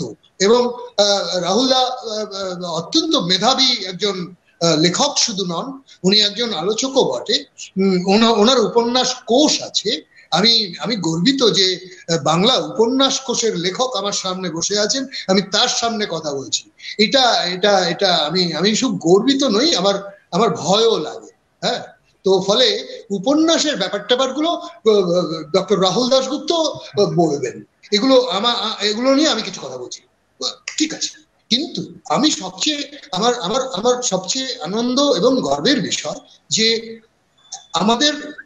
আমাদের মানে আমার সামনে আমি যার স্নেহধন্য প্রফেসর পবিত্র সরকার, আমি যার স্নেহধন্য প্রফেসর তপোধীর ভট্টাচার্য, এবং সত্যি আমার খুব খুব ম্যাজিক গল্পকার, ম্যাজিক ঔপন্যাসিক অমর মিত্র, এবং স্বপনদা শুধু অধ্যাপকই নন, স্বপনদা দেবেশদার সূত্রে আমার সঙ্গে আলাপ। স্বপনদার একটি অসাধারণ উপন্যাস আছে। স্বপনদা পৃথিবীর নানা ভাষার সাহিত্য পাঠে তার অভ্যাস আছে। স্বপনদা আমাকে এটা উৎসাহ দিয়েছেন, এবং প্রথম থেকে তপোদীপদা উৎসাহ দিয়েছেন। শুধু নয়, তপোদীপদা এই উত্তর লেখাটা লিখে দিয়েছেন। আমার মনে হয় আমার বোধহয় কাজ মানে খানিকটা হালকাই হয়ে গেছে। আর লেখাটা আমি একটা চেষ্টা করেছি, একটা জিনিস, আমি মূলত অন্য ফিল্ডের লোক হিসেবে আমি মূলত সমাজবিজ্ঞানের লোক, আদিবাসী দিয়ে চলি। হ্যাঁ, কবিতার মধ্যে আমি চলি ঠিকই। ইন বিটুইন আমি মনে করেছি যে আমার বিভিন্ন অভিজ্ঞতাগুলোকে একটা যদি নভেলেটের ফরম্যাটে আনা যায় তাহলে কেমন হয়, আমি এটা দেখতে চেয়েছি। আমাকে দেবেশদা বলেছিলেন, আমি দেবেশ রায়কে দেবেশদা বলি আমার ঘনিষ্ঠতার জন্য। দেবেশদা আমাকে বলেছিলেন, আপনি লেখার পর যদি বুঝতে পারেন লেখাটা কি হয়েছে তাহলে তো লেখাটা লেখাই হয়। আর যদি এটা বুঝতে পারেন যে লেখাটা যে কি দাঁড়ালো, এই প্রশ্ন যদি আপনার মধ্যে ওঠে তাহলে ওই লেখাটা একটা কিছু হয়েছে। এই কথাটা আমার মনে পড়ে। ফলে আমি বুঝতে পারিনি আমুচু কি হয়েছে নাকি হয়নি। সত্যি আজকে আলোচনায় কিছুটা বুঝতে পারলাম, মানে বুঝতে পারার চেষ্টা করি। আমি ঠিক এখনো ঘোরের মধ্যেই আছি। আর আমি এটাও আমার খুব ভাগ্যের ব্যাপার, আবার দুর্ভাগ্যেরও ব্যাপার যে দেবেশ রায়কে এইটা আমি ওনাকে জীবিতকালে লেখাটা দিতে পারিনি। কিন্তু এই বইটি দেবেশ রায়কে উৎসর্গ আমি করার চেষ্টা করেছি। আমি জানি না ওনাকে আমি সম্মান করেছি না অসম্মান করেছি, I am not very sure. আজকে টোটাল সেশনের জন্য, আজকে এই আমুচুর এই ভার্চুয়াল মানে রিলিজ অনুষ্ঠান হলো, আড্ডা হলো, এত নামী লোক, সবচেয়ে কম নামী লোক আমি। আমার অনুষ্ঠান মানে আমার একটা সামান্য একটা লেখা নিয়ে এত সবাই এতক্ষণ সময় দিলে আমি কৃতজ্ঞ সত্যি। আর অরিন্দ্রজিৎ বন্দ্যোপাধ্যায়ের কাছে আরো বেশি কৃতজ্ঞ এই অবগাহনের কাছে যে তারা এই সময় দিয়েছেন, তাদের ফোরামে এই আলোচনাটি তারা নিয়েছেন। আমি সবার কাছে কৃতজ্ঞ যারা এতক্ষণ ধরে শুনলেন, যাদের কমেন্টস আমি এই মুহূর্তে অ্যাটেন্ড করতে পারবো না, আমি পরে দেখে নিচ্ছি, প্রয়োজন হলে কাউকে আমি পার্সোনালি কমিউনিকেট করবো। হ্যাঁ, এবং আর রাহুলদার কাছে আমি সাংঘাতিক আবারও কৃতজ্ঞ চিন্তা প্রকাশনীর কাছে যে এই বইটি তারা প্রকাশ করেছে। আমার নমস্কার সবাইকে, আমার অভিনন্দন। আমরা সকলকে যারা আমাদের সঙ্গে এতক্ষণ সংযুক্ত ছিলেন তাদের প্রত্যেককে শুভেচ্ছা জানাই, অভিনন্দন জানাই, এবং আমরা বিশেষ কৃতজ্ঞতা জানাই আমাদের সঙ্গে যারা এই সেশনে ছিলেন, প্রফেসর পবিত্র সরকার, প্রফেসর তপোধীর ভট্টাচার্য, কথাকার অমর মিত্র, বিশিষ্ট সাহিত্যিক রাহুল দাশগুপ্ত, বিশিষ্ট স্বপন পান্ডা, এবং স্বয়ং কবি গদ্যকার কৃষ্ণপ্রিয় ভট্টাচার্য। আপনারা আমুচু পড়ুন এবং আমুচু কথা আপনাদের মতো করে লিখুন, এবং আপনাদের মতামত আমাদেরকে অবশ্যই জানাবেন। আমরা কৃষ্ণপ্রিয়দার কাছে এবং প্রকাশক সংস্থার কাছে সে সংবাদ অবশ্যই পৌঁছে দেব। তো প্রত্যেককে আবারও তাদের যথাযোগ্য স্থানে নমস্কার জানিয়ে আজকের মতো আমাদের অধিবেশন এখানে শেষ করছি। সকলকে শুভরাত্রি। শুভরাত্রি।